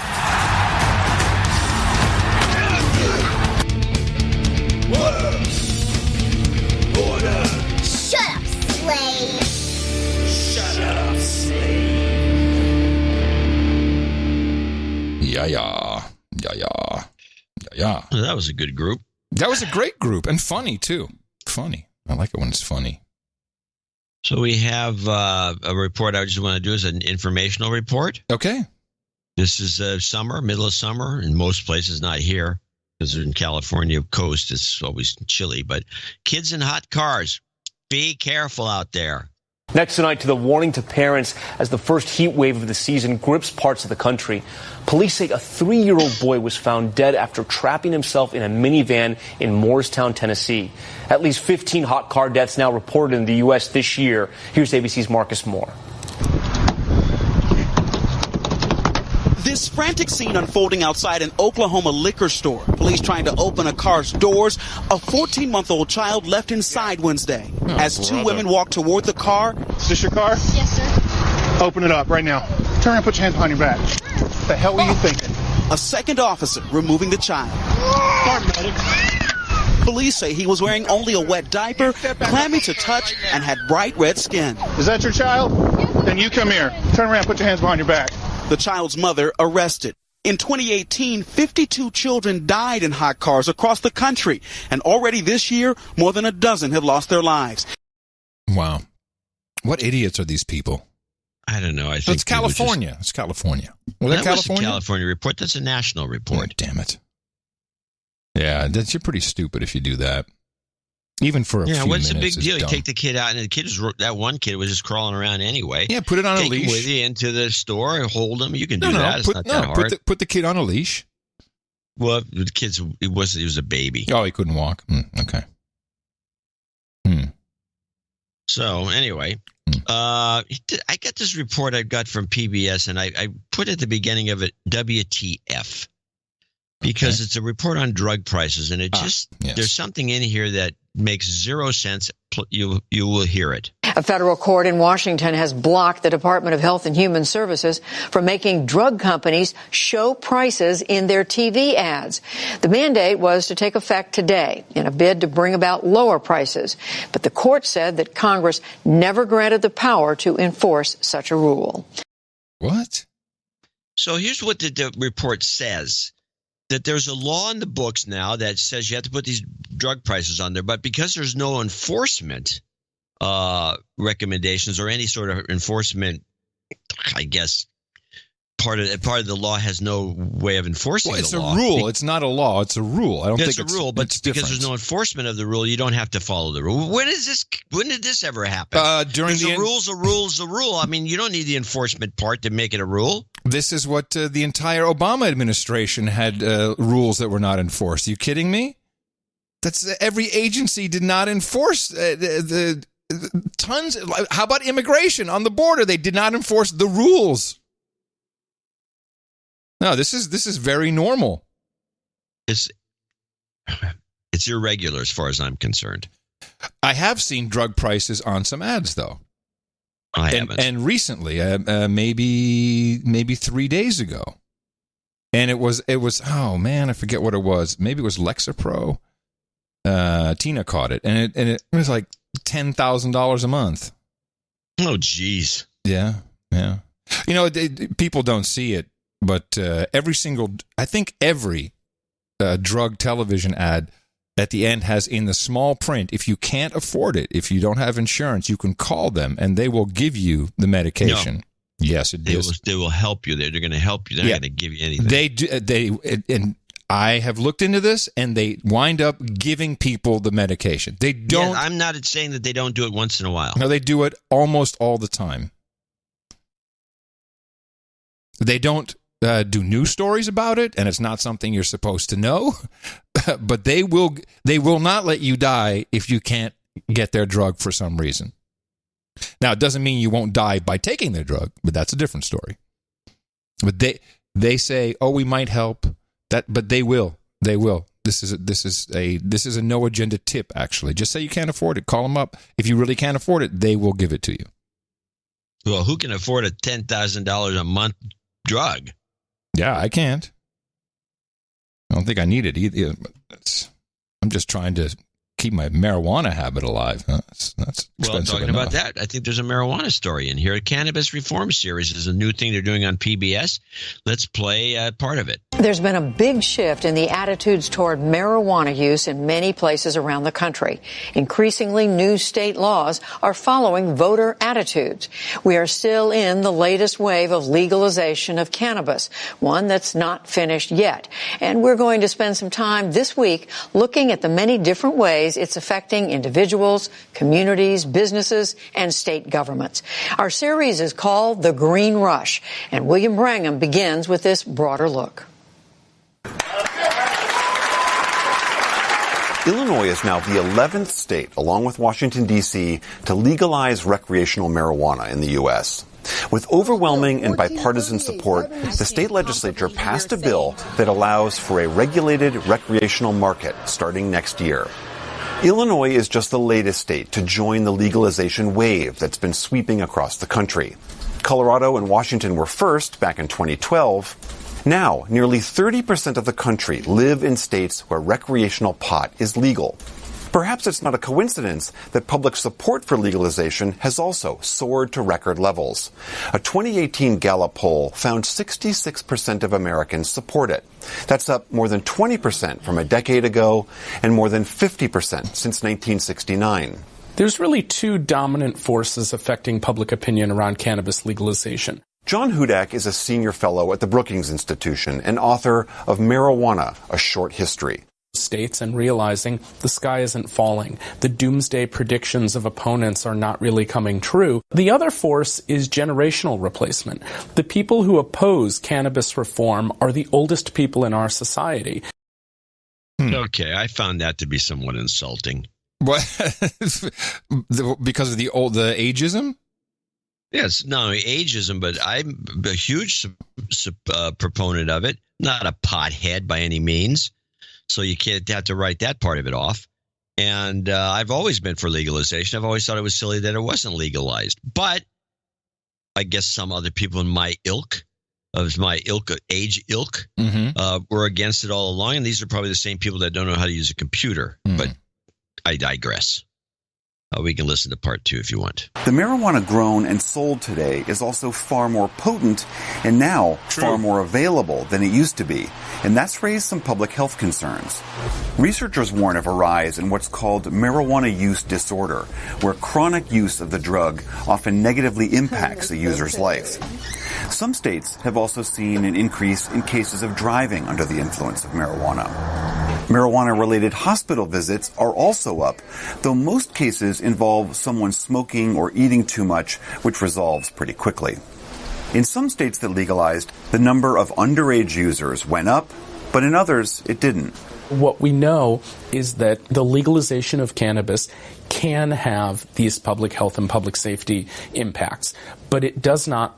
It is not clear that cannabis does cause these effects. And so the best bet that states have is to recognize that these effects are possible and to try to combat them in advance before they become a reality.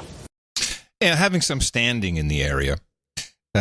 Justin, the drug dealer, who's been with me since I've been in Austin, I think. Yeah, I think since I've been in Austin. The last delivery, he gets everything from California now, and the actual flower, the actual bud that he gave me was so incredibly potent that I actually was affected, and I can't remember being this affected in 25, maybe even longer, 25, 30 years. I think maybe even more than that. I think the last time I was so affected by that weed was when I was 18. And I had to sit down. And I even said to Tina, I said, I don't know what's going on, but I got to sit down for a second. Way too potent. Everything that's happening in California is now the vape pens. That's a big deal. But now there's the pure THC. Have you heard of this? The pure THC? Yeah, you can get it. And it's Washington is available too. And it's a white powder. Is that what you're talking about? No, I don't know. I've never seen it. I just know about it. Okay, so there's this the pure THC, and they have some process where they extract it, and it almost looks like cocaine, and that's what people dab. So you put it in on a hot coil basically and smoke it in a vape-like fashion. But this is crazy. The stuff that they're making now, I have to say, and coming from me, that's a big deal. It's like, this is a little too much. And people need to know levels. It's irresponsible. It is irresponsible. It's just gone crazy. And I actually, for a moment, thought, oh my God, don't tell me I'm going to scrum it. Now that would be funny. No, that would not be funny because apparently that's horrible. I haven't vomited in 40 years. Can you believe that? There are some people who have never vomited for some reason. Yeah, I just don't. I don't vomit. It just doesn't happen. I don't know. I think I have a stomach of iron. But just, I think scromiting would really be an embarrassment. Then I wouldn't enjoy it. It would be very, very bad. Can't have any of that. So, yeah, be careful, people. Remember, you can always smoke more, not less. You can always dab more, not less.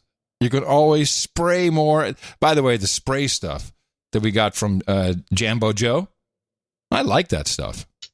Yeah. The THC spray. That's good stuff. Anyway. I think that definitely needs some guidelines. Right now, it's just Wild West.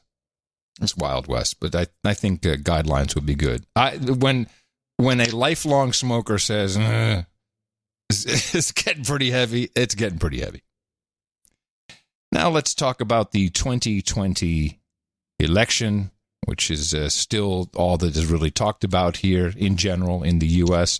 I'm very happy to hear that CNN is starting to go our way. They are starting to turn these debates into a little bit of a game show. We've got some positive movement.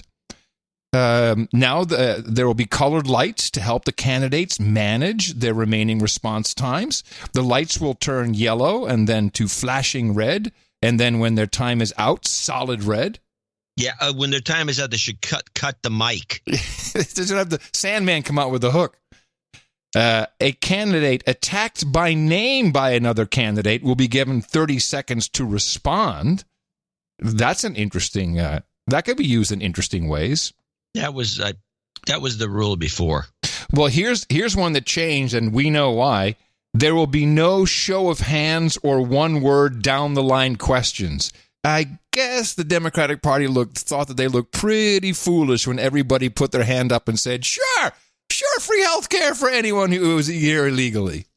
So that's off. They can't do that anymore. That was I'm reminded of the one classic example of why that's stupid, and they're still pushing it, which is, well, they're kind of backing off a little bit. But here's the problem. You have free health care for anyone that's in the country. Every person who's dying anywhere in the world can just buy an airplane ticket, fly to the United States without having to crawl over the border or anything else. Now you're here on a visa for a tourist, and you can have your cancer cured. It would turn the entire country into a ward, a hospital ward. It's idiotic to even suggest that you should be able to do this, and that's what they're suggesting. They're suggesting that that's no longer. Well, yeah, they're suggesting no free healthcare. If you're here, you get the free healthcare. So we don't want a bunch of sick people walking around. Yes. Yeah. Okay. Yeah. But that invites everybody in the world who's sick, if they can get an airplane ticket to get into our medical system, to have their cured here, I would fly right over here and just get my free everything. Questions posed by the moderators will appear at the bottom of the screen for television viewers. Because I guess people are forgetting. What was the question again? And here's a new one. A candidate who consistently interrupts will have his or her time reduced. In the penalty box you go. I don't know. How are they going to enforce that? I can just see it. Senator Gillibrand, we're going to have to deduct 30 seconds from your time. You really think that's going to happen? They're making things too complicated. I think it's going to be a hoot. I can't wait to see this. Oh, by the way, I wanted to ask you, how's that Kamala Biden ticket coming? Well, he says he's sorry. I'm going to take him at his word. But again, that doesn't address the issue of busing in America. And the fact that he still, we cannot rewrite history about what segregationists were doing at that time on a number of issues, including opposing busing. So it seems like she's still pretty pissed off at an Uncle Joe there. All right. Well, I'm not going to change the prediction yet, but I will say it's possible that she has. I'm not the only one who would think like this, so she would have that information herself. That is possible that she would be a vice presidential candidate under Biden because she'd be perfect. She's a mixed race color woman with a woman. It's not a bad idea. And then, of course, then she get presidency if he doesn't last through the office. And maybe she doesn't even want to consider something like that. And so she's submarining her own chances.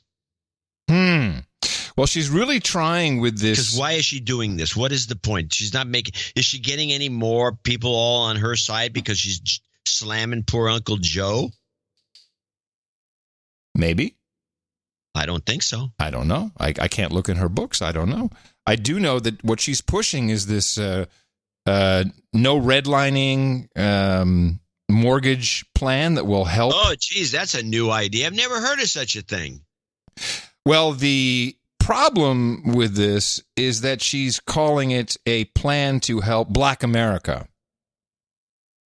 And there's certain things that are within this document that make it clearly not just about Black America. Yes, that's right. It's time for my weekly ADOS segment.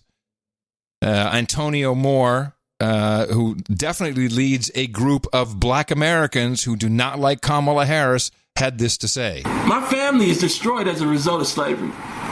Kamala's isn't. My family is destroyed as a result of American slavery. Kamala Harris's isn't.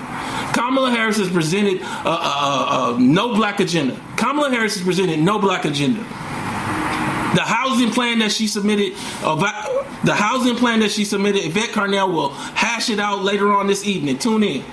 But it's nonsense. It is not focused on black folks. It is focused on white people that will gentrify. She set the income threshold at $100,000. She set the income threshold at $100,000. She's not going to look at wealth that's going to be transferred. So we're not going to do any real work to make sure that white people who come from wealth that are going to inherit wealth, white millennials, are not getting the bulk of this program. We're going to set the threshold so high that they're going to fall into the group and maybe take most of the money. Understand that the middle black family in this nation makes $35,000. How do you set the threshold at $100,000? Because you're not making this program for black folks. How do you get to go on in Essence Festival and say that a program that is not for black folks is a black homeownership racial wealth gap closure? She don't know the numbers. She don't understand the racial wealth gap, and she don't understand ADOS. She doesn't know enough to be having this discussion. Kamala Harris does not have enough policy undergirding to have a discussion about the racial wealth gap. She'll get out there and talk about it and then give a solution that they ain't even for black folks, let alone ADOS folks. I don't know how this woman is running. I don't know either, Antonio. Wow, that was a good punchline. What I found interesting about her plan is she's going to rejigger the way your credit score works, or at least that's in her plan. And what the plan states is if you pay certain bills on time, such as your utility bill, your cable bill, and your I don't know if rent is in there, but certainly utilities is a big one, then your credit score will be positively impacted. And what does that sound like? I will tell you. That is exactly what Credit Karma does. That is exactly what all of these apps that are there to get you into deeper debt, owned by Google, or at least majority shareholder, Credit Karma, Google, they want to know everything about you. They want to be your bank. They are going to bankrupt you. And I guess maybe she's in with them. Maybe this is I think she is the Silicon Valley candidate. Although she's definitely in the area. And so this would make sense for her to be pushing something like this because this would benefit Google directly. They would really be a part of this. Google would love to have her as president. Yeah, they would. This would be a good thing for them. You know that they don't care. They don't want Biden. They would have her. Yeah. You talked about the borders earlier, and I'm a little surprised you didn't have a clip about this, but I'm happy that I clipped it because I had one of those moments where I'm like, John will have it. This is a learning moment for everybody. When you think, should I really send that link to Adam and John? And I prefer it if you send it to me or John, not to both of us, because then often it's like same problem. People say, I'm sure someone already sent it to him. Usually they haven't. And I'd rather receive a link 100 times than not receive it. So do not apologize if you feel like, you probably have received this 100 times. No, just keep on sending it. So what I'm referring to is Jeh Johnson on the PBS NewsHour with Judy. Did you see Jeh? No, I didn't. I would have probably clipped it. You're right. Jeh Johnson, Jay is his real name. You spell it J-A-J-E-H, fan favorite of the show. We call him Jeh. Jeh. We call him Jeh Johnson. He was on with Judy, and it was after Judy. Is it Judy? It's Judy, isn't it? Yeah, it's Judy. Yeah. He was on with Judy, and he had written an op-ed which stirred a lot of people up on the left about the border situation. Now, he ran Department of Homeland Security for 3 years under Obama. And here's what he had to say. You've talked about, in fact, you wrote an opinion piece over the weekend in which you talked about it's time for straight talk from America's political leaders from both political parties. Yeah. One of the things you refer to was, frankly, what Democratic presidential candidates, some of them, are advocating, and that is either decriminalizing people who cross the border and commit no other crime. In other words, saying it would be okay, it would be legal for them to stay in the United States. You're saying that's not realistic. Judy, I'm afraid this is getting lost. Most Americans, and I know this from personal experience and from polls, most Americans want an immigration policy that treats people in a fair and humane way, particularly those who have been here for years, who are becoming de facto Americans, integrated members of society. They want to see us take care of the dreamer class, but they also want a secure border. And the other reality is that when we change our policy and we signal to people beyond our borders that effectively our borders are open and that you will not be deported unless you commit a crime, for example. The migrants will hear that message. It will be aggravated and amplified by the smugglers, and instead of 100,000 a month, we'll be dealing with 200, 300,000 a month, and these overcrowded conditions will be even worse. So continue to keep it illegal to cross the border. One quick thing I do want to answer that. I love how you. Okay, so just continue to keep it illegal. Let me ask you something else. Wrong answer, Holy mackerel! That's a great clip. Wrong answer, Johnson. Okay, we'll just continue to keep it illegal. Okay. Judy's off the rails. She's all in on open borders and free health care, apparently. The two things that can never go together, as you just posited. I did. I posited it. Did. Oh, my goodness. Hey, so Megan Rapinoe, the co-captain of the United States women's national team, soccer. The American national team, and she hates the country. I do have a clip of this. Oh, I have a couple clips, but I'm happy. The soccer team, Megan, complains. Democracy now, of course. Hold on a second. Yeah. Okay. In New York City, fans are celebrating the U.S. women's soccer team's historic World Cup victory today with a ticker tape parade. The team won its record fourth World Cup Sunday, its second consecutive win. The games also brought renewed attention to the team's struggle for equal pay. Earlier this year, they sued the U.S. Soccer Federation for gender discrimination. West Virginia Senator Joe Manchin introduced a bill Tuesday to withhold federal funding for U.S. participation in the 2026 FIFA World Cup unless the United States Soccer Federation implements equal pay for the women's soccer team. Outspoken co-captain Megan Rapinoe has also made headlines for her comments about Trump during the World Cup, saying, "I'm not going to the effing White House." On CNN Tuesday, Anderson Cooper asked Rapinoe what her message to President Trump is. Your message is excluding people. You're excluding me. You're excluding people that look like me. You're excluding people of color. You're excluding, Americans that maybe support you. I think that we need to have a reckoning with the message that you have and what you're saying about Make America Great Again. I think that you're harking back to an era that was not great for everyone. It might have been great for a few people, and maybe America is great for a few people right now, but it's not great for enough Americans. Megan Rapinoe also said the soccer team would be traveling to Washington, D.C. at the invitation of several lawmakers in Congress, but repeated she would not accept an invitation to the White House as she did not want her message or the team's platform to be co-opted.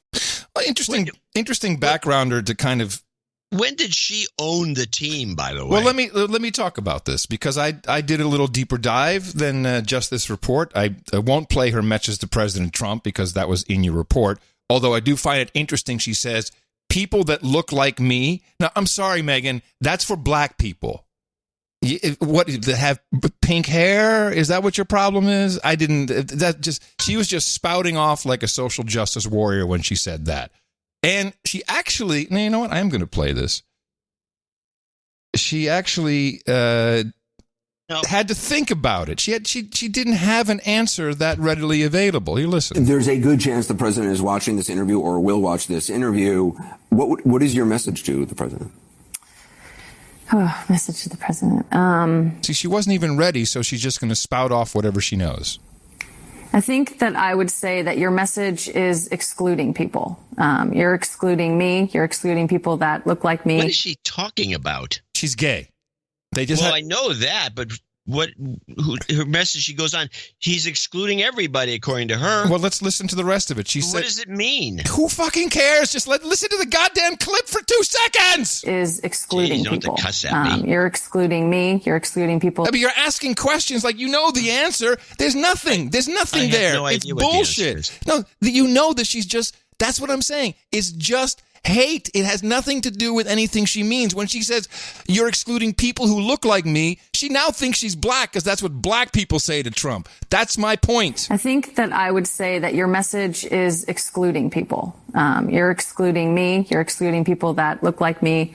You're excluding people of color. You're excluding, Americans that that maybe support you. I think that we need to have a reckoning with the message that you have and what you're saying about Make America Great Again. I think that you're harking back to an era that was not great for everyone. It might have been great for a few people, and maybe America is great for a few people right now, but it's not great for enough Americans in this world. And I think that we have a responsibility, each and every one of us. You have an incredible responsibility as, the chief of this country, to take care of every single person, and you need to do better for everyone. So notice what she said. Throughout the entire interview, she's talking about this country, this country, this country. I would not go, and every teammate that I've talked to explicitly about it would not go. Everyone that you've talked to? Everyone that I've talked to, yeah. I don't think anyone on the team has any interest in lending the platform that we've worked so hard to build, and the things that we fight for, and the way that we live our life. I don't think that we want that to be co-opted or corrupted by this administration. I think it's an opportunity for this administration to sort of put us on display as their sort of guests for the day, and I don't think that makes sense for us at all. I can't imagine any one of my teammates would want to be put in that position. There's so many other people. All right, so she keeps saying this country, this administration, until she starts talking about somebody else. There's a good chance the president is watching this interview or will watch this interview. What is... Sorry, that's the wrong one. This is the one that you mean. This one here. Shout out AOC. So does that mean, is that an invitation you're taking up? Nancy Pelosi has said, you'd be welcome to a bipartisan congressional thing. Do you plan on going to Washington in one way or another? Yes, definitely. And I think even just in the conversations with the teammates that I've had, I think everyone is interested in going to Washington. I think we've always been interested in going to Washington.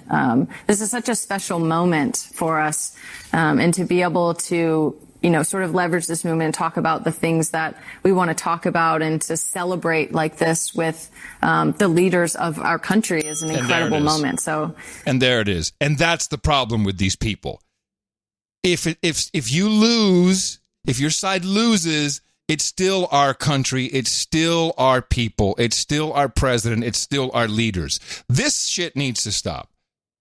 And you can tell by someone's words within 5 minutes what they're all about. And if this country, but when it's something she likes, our country, that's very disingenuous. Irks me about this is that there's no way there's not one or two normal people on that team that would love to go to the White House, but she's a bully, and she's prevented anybody from speaking up except her. Correct.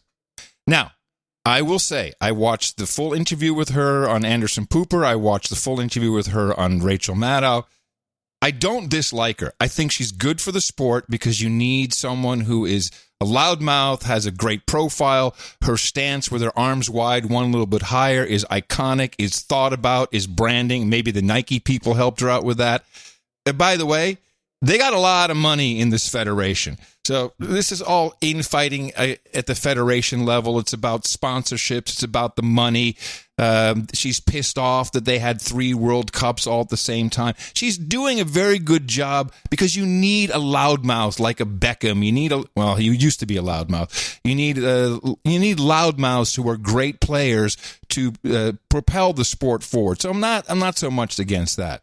But she's at the end of her career, you see. She's 34. She's almost 35. She only has a few more years to go. She'll do the Olympics. She may not even do the next World Cup. So I don't have that much of a problem with her. I do have a problem with the U.S. Soccer Federation. I mean, this thing, there is so much money in here, and it's every single sports brand. It's Anheuser-Busch. Those are the guys who determine where the money go. So, to make this about equal pay and all that crap is completely outrageous. Here's the ad that Nike ran right after their win.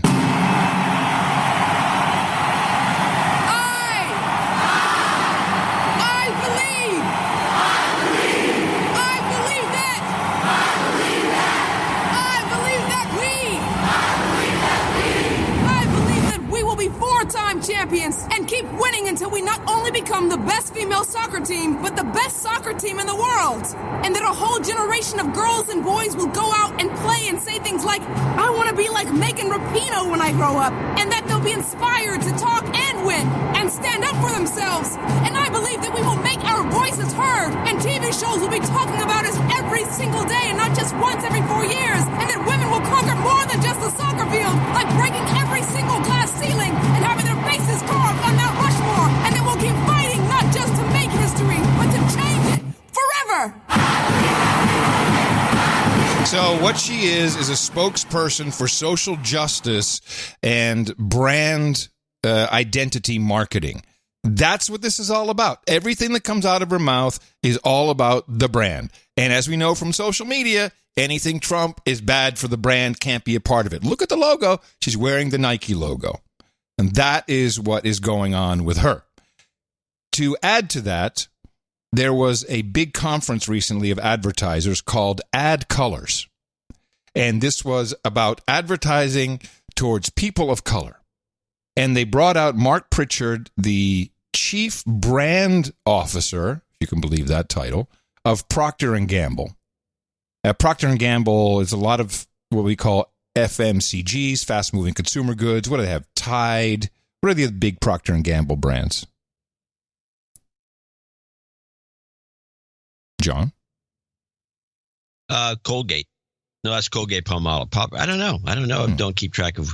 There's these two giant companies, and Colgate Palmolive and Procter & Gamble. Okay. Well, they got Listerine, they got Pert Plus, they got Oreo, they got all kinds of stuff. So this guy comes out and he's talking to this crowd. I don't think they have Oreo. Oh, it was a troll room comment, so I thought maybe they did. So Mark Pritchard, the chief brand officer, comes out after showing a video of an advertisement which was called The Talk. And the advertisement shows black mothers and fathers talking with their kids, the talk about how you have to be careful when you get pulled over by a cop, how you have to act, that you may have to work twice as hard than white children of the same age. I'm not sure I agree with everything that's in this The Talk commercial. So he comes out of that, and here's kind of his little rap. You just seen The Talk, which is brilliant creative work. Brilliant. But it was also a moment of truth where we stepped up to take a bold stand. We shined a light on racial bias by focusing on the talk that black parents in America constantly have with their children to help them deal with the everyday prejudice that they'll face. Now, this is a powerful statement, but it was not without controversy. Most of the responses were positive, with one group saying, "That's my life. Thank you for recognizing it." And another group saying, "Wow, I didn't realize that happens. Let's talk about it." But some reactions were negative, denying that the issue exists at all. And a few were very negative, angrily saying, "Why are companies involved in social and political issues? Why don't you just stick to selling products?" Well, we had an answer to that. If not us, then who? If not now, then when? We didn't stop. In fact, we doubled down on both advertising spending and PR. We worked with the ABC hit show Blackish to do an entire episode on The Talk with national advertising. We reinforced the message that this film has an important purpose that is needed today more than ever: to promote conversation. Conversation leads to understanding. Understanding leads to changing attitudes. Attitude change leads to behavior change. And behavior change leads to positive action. We were even asked to consider editing out some of the controversial parts of the ad. But we refused, because that would have denied truth. And just because it's not one person's reality doesn't mean that it's not another person's truth. Now, the heat we faced was a real moment of truth. We read some very angry, harsh, and hateful mail. People within our own company wondered if the fight was worth it. And we had to ask ourselves, do we stand down and avoid controversy? Or do we keep going to speak truth and inspire conversations? We chose to keep going, because there's so much more. Yeah. And this, by the way, is so much more that must be done the to address bias. the advertising community congratulating each other. But I know what this is about, and I couldn't figure it out. Why do they keep doing this? Why do brands want to be all social, and what is the point? And after I read this Wall Street Journal article about regulators who are really diving into the way you can advertise on the internet today, particularly Facebook, I think is mentioned the most here, where you can segregate right down to age, race, sexuality, all these different things to target a market, which is, of course, has been called racist. That's racist. So these guys, as he said himself, they're doubling down. Why? Because they want to justify it. They know that if they can find the right product for LGBTQIAPK, that they can sell a shitload of product to that group. But when they do that, they get called out as being, as doing it off the backs of gay people, which they're doing. But now they have this, no. You see, we are speaking up because if we don't do it, who will do it? They are taking themselves above all of this to say it's okay for us to be racist or sexist or ageist when targeting advertising, which, by the way, has been the norm ever since advertising was invented. But because they get all the scrutiny, now they have to turn it into something else. I think it'll backfire, but for now, that's what they're holding to. We have to do it. You people can't do it. We the brands, we understand. We understand the injustice.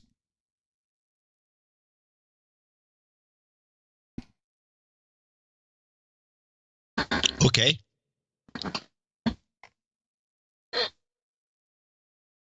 That's it? Yeah, I guess. Nothing to add? Nothing, no comment? No, not really. That's disappointing. I think it is going to backfire, and I don't know how it's going to backfire, but these guys can get themselves out of it. Well, they can always get themselves out of it. But in the meantime, I think the brands are garnering a lot of power this way. Because, I don't know. I'm not seeing it. Well, you agree with me that they're responsible for a lot of the content takedowns. All the advertisers are. Yes. Yeah. But mainly the brand advertisers. By the way, well, the big boys, whether they're, all right. So I don't know that Procter and Gamble per se as a brand. It's their products like. Well, no, it's the individual. It's the individual brand. So for instance, they took T-shirts and they printed on the T-shirts slurs against Mexicans and Cubans. Except they didn't print it in ink; they printed it in ketchup, and then they hung them all up in a store. It's all in Spanish, that's why I don't have a clip. And they brought in, the target market, and this is an ad, by the way. They brought in the target market, and they're looking at these like, "Wow, I can't believe this is so disgusting. This is a completely racist T-shirt." And then all of a sudden, they say, "Aha! But we're going to help you remove the labels with Tide." And they pull out the Tide Pod, and of course, it washes the ketchup right out. I mean, that's the kind of shit they're doing now. I just think of it as pandering. Yeah. Hey, Twitter is way down, like has a massive problem. Like something that we haven't seen, I think. They may have been hacked, actually, someone said. Oh, Twitter's down right now, you're saying? Yeah. But it's been down for a while, and apparently it may not come back very soon. Well, it doesn't take much if you get inside these things, to bring the whole thing down. That's the problem with online everything. I love that. We need more of this to go down. Finally, we'll have some We don't need it because you had nothing but an hour's worth of agony this morning, largely because of online. Well, now you're going to go through a web browser. You're going to get all technical on me about that. That's not fair. We love it when someone else has technical problems. We hate it when it happens to us. I'm going to show my support by donating to No Agenda. Imagine all the people who could do that. Oh yeah, that'd be fab. Yeah, on No Agenda in the morning. You have a few people to thank. Problem is, I don't know how this happens. But I have a mic stand it's screwed into a base. Oh, this is the thing that's falling down again? Yeah. And it's and I don't move this mic. but it slowly over months and months unscrews itself. And I'm reminded of, if everyone remembers it, when they had a phone with a cord. It would tangle. You could never get it untangled. And then somehow you're just picking up the phone, you talk, and you put it back. You pick up the phone, you talk, and you put it back. But somehow, over months and months, it starts to twist. You're not twisting it. I'm not. I mean, who's twisting it? Maybe someone comes in where you're not looking. Into your secret studio. By the way, when Twitter's down, a lot of people can't log into other things because they foolishly thought it was a great idea to use their Twitter to log into stuff. Well, Facebook's worse for that. They both do it, but apparently the whole authorization system is down. Yeah, it's probably as microservices architecture. There it is. One little system which they didn't really have a workaround for is down, and the whole thing is down because nobody did their job. But Sir Rod did his job, came in with $155. Sir Atomic Rod Adams, what does he say? He thinks, thanks for the outstanding performance. Much better and entertaining than the $1 million anchors who you do deconstruct. Well, we deserve equal pay, he says. Yeah, equal pay. Exactly. Yeah, equal pay. Kyle Mann in Cincinnati, Ohio is next with $154.48. John Christek, $150. Thank you for your courage. Sir Ever of the Watt, 12345 in Linwood, Michigan. David Oosterbahn. $111.11. He's got a call out. He's got a birthday on the 11th. He'll be 35, and he wants to call out. Do we have him on the list? I'll check, and he wants to call out his younger brother, Finn, as a douchebag. I'll check if we see apparently David. Been listening for several months, and he says he fears he'll remain a douchebag for some time. Let me put this. He is not on the list. David Oosterbahn, 35 today. Okay, got it. Thank you for your support, David. Jonathan Hess, 110.10, throwing in an extra 10. Sir Sean in Mayock, North Carolina, 100. Rob Van Dyke, 100. James Buell, 88.00. Corey Ainsworth in Edgerton, Wisconsin, 8008. Boop. Says Adam plays a mean air guitar. No, that was James. Oh, James Buell says Adam plays a mean air guitar. You want some travel karma? We'll give him that at the end. Corey Ainsworth says boob donation for relationship karma. Okay, we got that coming up That's for you. That's new. Mm-hmm. Alexander Sulzberger, 8008. Isn't he a knight by now? I have a feeling. No, I don't remember. He comes in when he comes in. He comes in. Let us know, people, because we just can't keep track of all of it. And it's not. We had systems in place, but it was overwhelmed. Eric Arsjo, 74. Sweden. He's from Sweden. Sweden. Sir Steve Taft. Oh, I'm sorry. I skipped Terry Wentz at Langley, Washington, $75. And he did send in a card, actually. Mm-hmm. Very nice card of train stuff, including some nice train stamps, which came out recently celebrating the 150th anniversary of the Transcontinental Railroad. When I saw the stamps for the Transcontinental Railroad, I couldn't help but think of No Agenda and the Foamer. Thanks for the best podcast in the universe. Are those forever stamps? Yeah. Oh, they're cool. Beautiful if you can find them. Yeah. Gold leaf on the stamp. I went to the post office to send out our thank you cards for people who had either given a gift to the Ronald McDonald House or come from very far.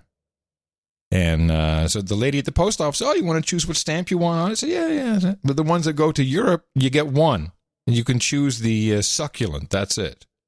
It's not a pretty stamp. That's what we think of Europe. It's what we think of you, Europe. Here's your succulent. Sir Steve Taft, a Baron of the Gold Branch Trail, 7373. And he says he actually remembered Jay's birthday. Yes. He says he's 73 from Steve Taft, Baron of the Gold Branch Trail. Stephen Shevin in Southampton, Massachusetts. Karma for all grandkids, 7011. Matthew Mongan, $69. Brian Pearson, $66.66. B.A. Van Walwick. Oostzaan. Van Waalwijk in Oostzaan. Oostzaan. This is a nice one. I'm giving this donation as a birthday request for my husband. His birthday is Friday the 12th of July. He really likes listening to the show. He told me to ask for a de-douching. You've been de-douched. And, if possible, to be put on the birthday calendar. We live in Oostzaan in the Netherlands. You got it, B.A. Done. Thank you for your courage. Ms. Vanderhoot, meanwhile, 5555. Now you got another birthday that's probably not listed. Yes. Yeah, happy birthday to my smoking hot husband, Rob. Yes, I think it is. It's in a lighter color. Oh, okay. I can't see it on the screen. Yeah. Yes. Michael Shambow, 5510. BioLife member Drury, 5444. He's donating for karma. Well, he's not. Somebody is. Michael Shambow. He's donating for karma. No. BioLife is. Okay, I'm getting it. Sorry, I'm confused myself. Sir Woody of the Falls, 5150. Andre Klaus, 50, and he's in the Netherlands. Hold on a second. BioLife said, I'm donating for karma. I'm playing in the World Series of Poker and need the No Agenda Nation's backing. Well, that's interesting. Well, good luck. We'll send you karma right after this. We're not going to send him group karma. Send him some real karma right now. Right away, everybody. You've got karma. That's an emergency poker karma. The following is $50 donors, name and location if possible. Andre Klaus from the Netherlands is number one. Tyler Boyd, Sir Andrew Gardner of one of our favorites. He said, this is for dancing lessons for Adam. Thank you. I so appreciate that. Can't hurt. Drew Mochak in El Cerrito, California. Roy Tenhava in Pine Knocker, Netherlands. Robert Dacanay in Fairfax, Virginia. Tony Smith in Fort Worth, Texas. Larry Hay in Mooresville, North Carolina. Robert Bruckner. Jonathan Ferris in Liberal, Kansas. Kimberly Redmond in Toronto, Ontario, and last but not least, our buddy Sir Kyle Meyer in Atlanta, Georgia. I want to thank everybody for contributing to the show. 11:54 with 11:55 coming up, which is 33 times 33 plus 33 plus 33. And it's Mac and Cheese Day, and what was the third thing? Nude Day. Nude Day. And thank you to everybody who supported the program. This is our Value for Value Network. We take no ads, no brand safe stuff over here, as you probably noticed. Been a little triggery today based upon the technical issues we had earlier. So no brand advertising. We can be who we are. We can tell you what we think, and we can support people, programs, products, anything we think is actually good. And if we don't like it, we'll slag it off. And that's why you need to support us with your financial donations so that we can keep it running. And also, everyone who came in under $50, either for reasons of anonymity or if you're on one of our many subscriptions, our programs, please check them out. It really helps when donations are low. You can go to Dvorak.org/NA. Now let's get some of that karma out of the way here. Jobs, and jobs. Let's vote for jobs. You've got karma. No agenda. That's right, the place where you can go to meet people who you can talk to about anything without getting triggered. There's no triggering at these meetups, and they're happening everywhere around the globe. Could not be happier that this has taken off so well. July 11th, today, in Charleston, South Carolina. Enjoy it, guys. Send pictures. Let us know how it went. Atlanta on the 13th. Then we have the 18th, Southeast London. July 19th, Colorado Springs, Colorado. July 20th, Southwest London and Chicagoland. So two separate meetups. In two different continents, two different countries. July 26th, we have St. Louis, Missouri, and Portland, Oregon. And the 27th of July, Buffalo, New York, and Frisco, Texas. And then the 28th of July, we have Central Florida. And both the Keeper and I are looking forward to possibly a Florida meetup before the end of the year, and hopefully a Chicago meetup before the end of the year. So these Chicagoland and Central Florida meetups will be a very good dress rehearsal. And remember to Let us know how it went. Send pictures. I didn't see a lot of people posting pictures on Twitter, which they did it on noagendasocial.com, which is great. And maybe we can get some of those on Twitter. Huh? What? No Agenda Socials. Find them there all the time. Yes. I'm sorry. I forgot about that. It's your birthday. Oh, no agenda. And here's the birthday list for today. It is the 7th of July, 2019. We say, actually, Rhea Davies says happy birthday to her fiancé, Ben, from Asprey de la Zouche in Leicestershire, UK. He'll be 33 on the 13th. Sir Steve Taft turned 73 today. He still reads the newspaper without his glasses. B.A. van Waalwijk says happy birthday to her husband. Haar lieve man celebrates tomorrow, July 12th. Miss van der Hoot says happy birthday to her smoking hot husband, Rob. David Oosterbaan turns 35 today. And we say happy 25th birthday to Jay Morgan Dvorak and the most beautiful woman in the universe, the keeper, Tina Marie Curry, also celebrating today. Happy birthday from everybody here at the best podcast in the universe.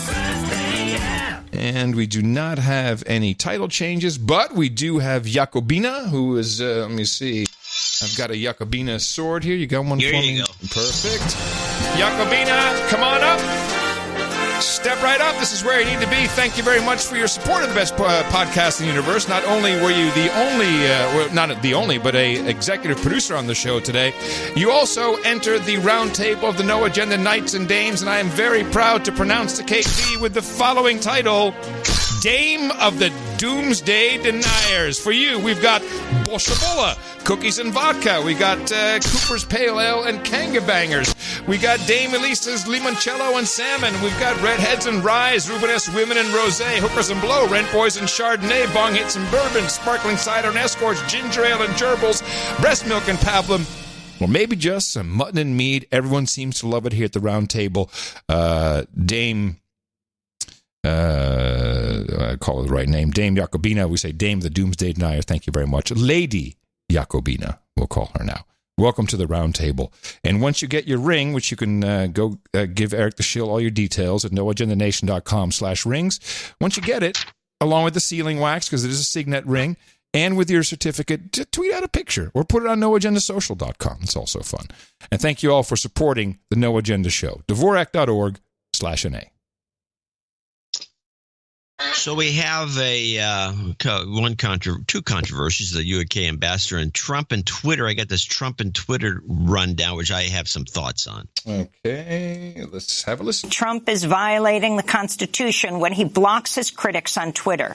Jamil Jaffer of Columbia University's Knight First Amendment Institute, which filed the lawsuit, said, quote, public officials' social media accounts are now among the most significant forums for discussion of government policy. This decision will ensure that people aren't excluded from these forums simply because of their viewpoints and that public officials aren't insulated from their constituents' criticism. It will help ensure the integrity and vitality of digital spaces that are increasingly important to our democracy, Jamil Jaffer said. Okay. Well, hopefully he knows he can mute people. Because there's no discussion going on. Unfortunately, I can't go on Twitter because something is technically wrong. Yeah, these guys are in trouble. I love it. Just to read some of the tweets that he has to put up with. These are not discussions. You're a moron. You're a moron. The Rob Reiner type of thing. I mean, this is nonsense. He should be able to block whoever he wants. And it's not like you can't log out and then look at it anyway. I think even, doesn't Twitter, or when they were working? This is true. Back in the day when Twitter was working, you could click on this tweet is from someone who you've blocked. Oh, no, that's the other way around. I'm sorry. That wouldn't work that way. No, but you're right. If you're blocked, you can just go on Twitter and go to their thing by unlogging. Yeah. So it's not as though you can't get to the tweets. Right. So this is bull crap. This is just another thing just to harass the president of the United States. Okay, well, you want to do and you know what he did? He brought down Twitter. He said, hey, bite me. That's what he did right there. Go Trump. He should just keep blocking people. And keep bringing Twitter down. It's hilarious. And this is on Social Media Day, by the way. Trump has it's social media conference or something of which he hasn't invited any social media companies. And so I have no knowledge of this. Oh yeah. So I think he. Let me see. Social Media Day, White House. I know he invited like the graphics guy. Let me see. Who does it say who's invited here? Ben Garrison, fringe conservative cartoonist. Who else is invited? Charlie Kirk. Carpedonctum. Charlie Kirk. Yes, let me see. Is anyone else here? I don't know. Troll Room, maybe you can help me out with some other people there. So I'm not sure exactly what he's doing, but he's just having a party. Yeah, and then he probably went, hey, watch this. And then he brought Twitter down. Oh, crap, it just came back. Oh, we're having trouble loading your timeline. Oh. Ooh, these guys are... You thought I get pissed off when shit doesn't work on the show? These guys, someone must be banging their head right now. This is not good. No, yeah, that's money lost. Yes, every second they're down, they're losing money. Okay. Well, so let's just talk about the ambassador situation, which is kind of funny on the other hand. So I kind of did a little dive into it. I couldn't get anywhere, but let's play UK Ambassador DN. This is the Democracy Now! Report. Britain's ambassador to the United States, Kim Darroch, resigned today following the fallout from leaked cables in which he called Trump inept, insecure, and incompetent. In cables going back as far as 2017, Darroch questioned whether the Trump administration will ever look competent. He also said Trump's presidency could crash and burn and voiced fears that he may launch an attack on Iran. On Tuesday, Trump continued to lash out at Darroch, tweeting, "The wacky ambassador that the UK foisted upon the United States is not someone we are thrilled with, a very stupid guy," Trump said. He also called outgoing Prime Minister Theresa May foolish and blamed her for creating a mess of Brexit. So in that report, it says that he's bitched about Trump since going back to 2017. So I found a clip of him in 2017. At some meeting talking about the Trump administration in a public forum, and I want to play it. And I don't know. I don't know what this guy must be two-faced, or he's just a nice guy in public and he hates people in private. I have no idea. But this is what he thinks of the administration, supposedly when he was still writing bad memos. Mr. Ambassador, Ann Guerin with the Washington Post. Could you expand a little bit, please, on something you said? 2017. Yes, that's what I'm playing. UK Ambassador 2017. Actually, it's UK Ambassador 2017. Is that the one? That's the way it starts? Mr. Ambassador. Oh, yeah, this is okay. Let me preface it. This is a question from the Washington Post. Okay, go. Mr. Ambassador, Ann Guerin with the Washington Post. Could you expand a little bit, please, on something you said a few answers ago about your government's dealings with the new administration and how you're finding the flow of information? There's been a lot written about nobody home at the State Department and difficulty getting people confirmed at the higher and mid levels. Are you finding any problem getting your own questions answered, getting in to see the people you need to see? And then just a moment ago you mentioned Tillerson at NATO. How do you assess he was going to go, then he wasn't going to go, then he was going to go again to the rescheduled meeting? Were you surprised by that? What would your advice be? On your first question, the frank and straightforward short answer is no, we're not experiencing problems. Indeed, the contrary. The Prime Minister was lucky enough to get into, wasn't luck, she was invited to see the new president within a week of inauguration, 27th of January, which was actually historically early for a British Prime Minister to get in. We checked the records back, so we couldn't have had a warmer or more gracious welcome or got in sooner, we felt. Foreign Secretary was over, as I say, last week, and in one day, a day also when I think there was something going on healthcare. I don't follow these things, obviously, but it was obviously quite a busy day for the administration. Nevertheless, he got to see, basically in the course of a day, Vice President Pence, Secretary of State Tillerson, and National Security Advisor H.R. McMaster, which I think is pretty good of an administration to be that accessible on such an exceptionally sort of pressured day in the domestic, kind of legislative calendar. Well, this guy should be fired for being boring. Oh, I couldn't. I knew I could get some clip off of this, but this boring is is not even close to describing it. So what's up with this guy? I don't see he's like thinking he's singing their praises, I guess, and then in the back, the guys are a bunch of a-holes. I don't know. I find people like this to be reprehensible. Well, that's what everybody does. We've read the U.S. diplomatic cables on WikiLeaks. They're all, they're up there with the Epstein people. They all think they're better than you. So here's this is a clip. I didn't want to play the Veritas thing with a guy who talks like this. Or I don't like the way they're doing these voices, but I did like this document read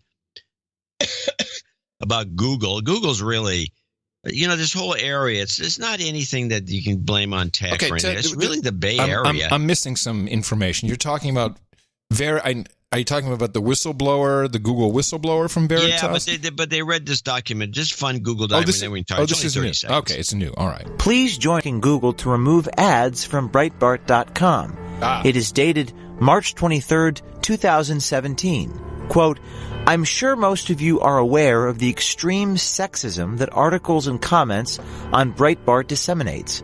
For this and many other reasons, my colleagues and I have drafted an internal letter to leadership asking them to end Google's business relationship with Breitbart.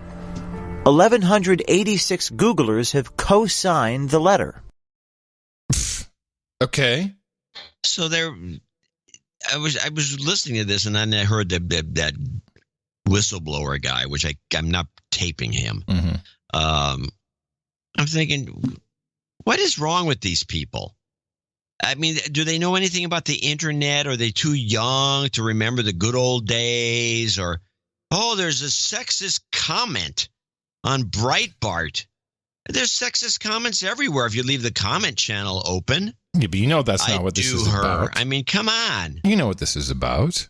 But these guys are just upset about everything. Hillary. It's about deplatforming. It's about getting rid. This is Media Matters, Sleeping Giants. By the way, one of our producers took that whistleblower with the phony baloney voice, and it wasn't even. I thought it was a vocoder, which is it's a way of digitizing a voice so you can make it sound very, very different.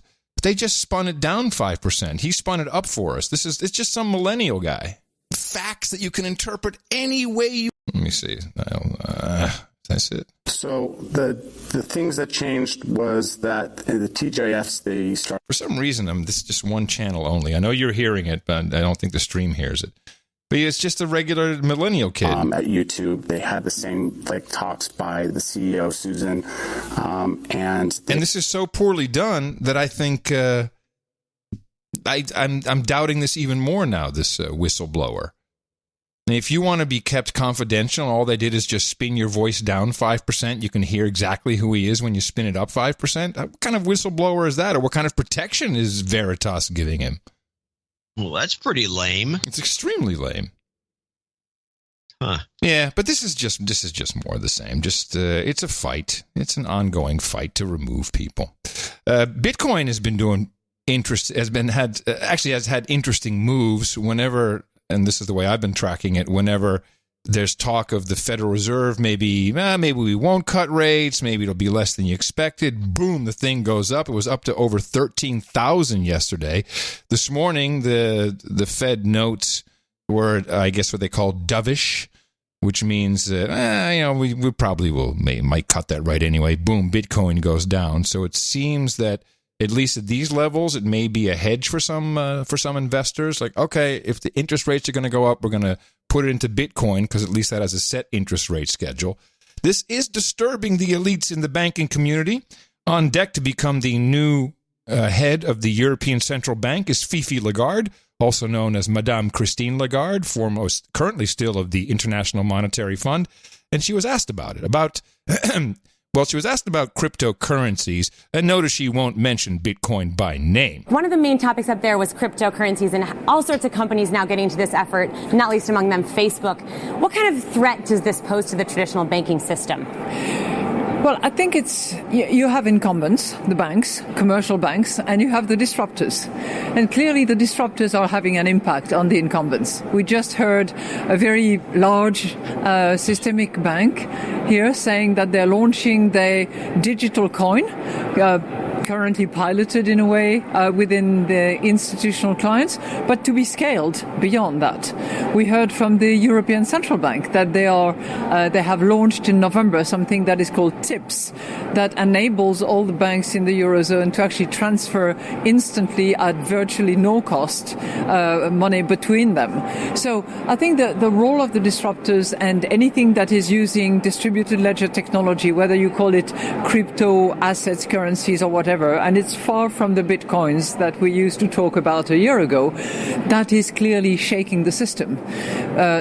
The voice that we heard, which was, I thought, really interesting, were those of the regulators and central bank governors who said, well, yes, this is good and this is helpful and it is changing the business model of commercial banks. But we have to be mindful of two things: trust and stability of the system. And we are equally concerned, we at the IMF, about stability. We don't want innovation that would shake the system so much that we would lose the stability that is needed. And are regulators doing enough right now to ensure that stability and as well competition from some of these big tech companies being involved in this space? You know, I think they're mindful of wherever the competition is coming from. The central bank governor of Kenya was explaining to us that they gave a banking license to a telecom company. And I think in the future, we have to look at what lots of data collectors and movers are going to do and whether they're going to move into the banking space forcefully, in which case they will have to be regulated. They will have to be held accountable so that they can be fully trusted. There you go. Looks like the lines are being marked. Facebook, we're going to have to regulate you. The banks are going to do complete cashless society. And this is a little irritating. Yeah, this Bitcoins thing. Those are disruptors. I think they're a little worried about this, especially since the Iranian special purpose vehicle Instex that was supposed to enable European countries to trade or to purchase oil from Iran. Well, Iran's like, yeah, this is really great, but if you guys don't have any credit behind it, if it's just some stupid mechanism, we're not going to do that. We're not going to trust you like that. So this thing is now off the table. They can't get it up and running because they won't put any money behind it. Well, they're asking for trouble if they do anything. True. We do not give stock advice on this show. That's not what we do. But it was interesting that we were talking about Snap about a week ago because we heard some executives in Cannes talking about how they thought it was a good competitor to Facebook and Google and Twitter, and they were putting money into it. Well, that stock kind of took off, interestingly. Yeah. And again, you read between the lines. Yeah, so it's all just to show you how valuable our show can be to people who understand information. Here's something else that I just thought was interesting. This is in southern Utah. All right, so this is out right here. There's a bag on it. This one's out also in Beaver, Utah. Bag in this one? And this guy is LB. He's the owner of the property. You own it all. So is Tesla telling you to put the bags on here? No, but they haven't paid me rent since November of last year. This guy is putting big burlap bags over the superchargers on his property. Holy moly. They're supposed to be paying me rent for each charging station. They have paid me nothing. So They will not answer my email. They won't answer my phone calls. They will do nothing. So therefore, nobody's charging on them until they start paying me what they owe me. So I'm charging on that one over there. You going to bag those ones up soon too? I will eventually. Okay, all right. What's the supercharger? I'm sorry? Oh, the supercharger for the Tesla? Yeah, the charging. So this guy has all these charging stations on his property, and they just don't pay him rent? That's odd. That's like the one thing you really need to have kind of functioning for people to believe in your idea. and this guy's shutting them down. Wow. Yeah. That's an interesting story. Maybe something you talk to Horowitz about. I don't know. Well, it could be just a fluke. Maybe somebody that got fired. Who knows? Anything's possible. Well, that, ladies and gentlemen, ends our deconstruction for today. Remember, we do have another show coming up on Sunday. Dvorak.org/NA is where you can support us. And please pass on congratulations to J. Morgan Dvorak. John, your daughter, on her birthday. She's celebrating with you, or is she in Washington? Where is she? She's going to go out to dinner. She's down here. Okay, good. She's going out to dinner with her fiancé tonight to a famous little local place. Yeah. And everyone's down here for a birthday party tomorrow. Oh, well, that's interesting. We also have Tina's birthday party tomorrow, as today is her birthday. Yeah, Friday, it's easier. Much easier. And really, it's our fault because it's a show day. And coming to you from the frontier of Texas, it's FEMA region number 6 in the governmental maps. We are the capital of the Drone Star State. In the morning, everybody. I'm Adam Curry. And from northern Silicon Valley, I'm John C. Dvorak. We return on Sunday right here with another episode of No Agenda. Please join us, and until then, adios, mobos, and such.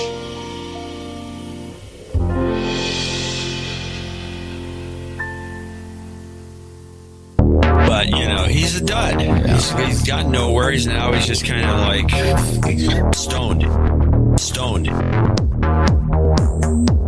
Wow. Stoned. What would you do if you were elected? About Aleppo. About Aleppo. And what is Aleppo? You're kidding. No. Aleppo is in Syria. It's the epicenter of the refugee crisis. Okay, got it. So what you get out of grace? And what is Aleppo? Stoned. Okay, got it. So what you get out of grace? Stoned. And what is Aleppo? Okay, got it. Stoned. Wow. But, he's a dud. Yeah. He's got nowhere. Now he's just kind of like stoned. A day without a woman. We walked out to say enough is enough. Resist. The man is not trustworthy. He makes promises. As a matter of fact, I wonder sometimes if he's not taking his cues from Putin. A day without a woman. We walked out to say enough is enough. Resist. And the wall that he was going to build, the big, beautiful wall. We walked out to say enough is enough. Resist. A day without a woman. The man is not trustworthy. He makes promises. As a matter of fact, I wonder sometimes if he's not taking his cues from Putin. We walked out to say enough is enough. Resist. While Putin is continuing to advance into Korea. A day without a woman. We walked out to say enough is enough. Resist, we much. The best podcast in the universe. Mofo. Dvorak.org/NA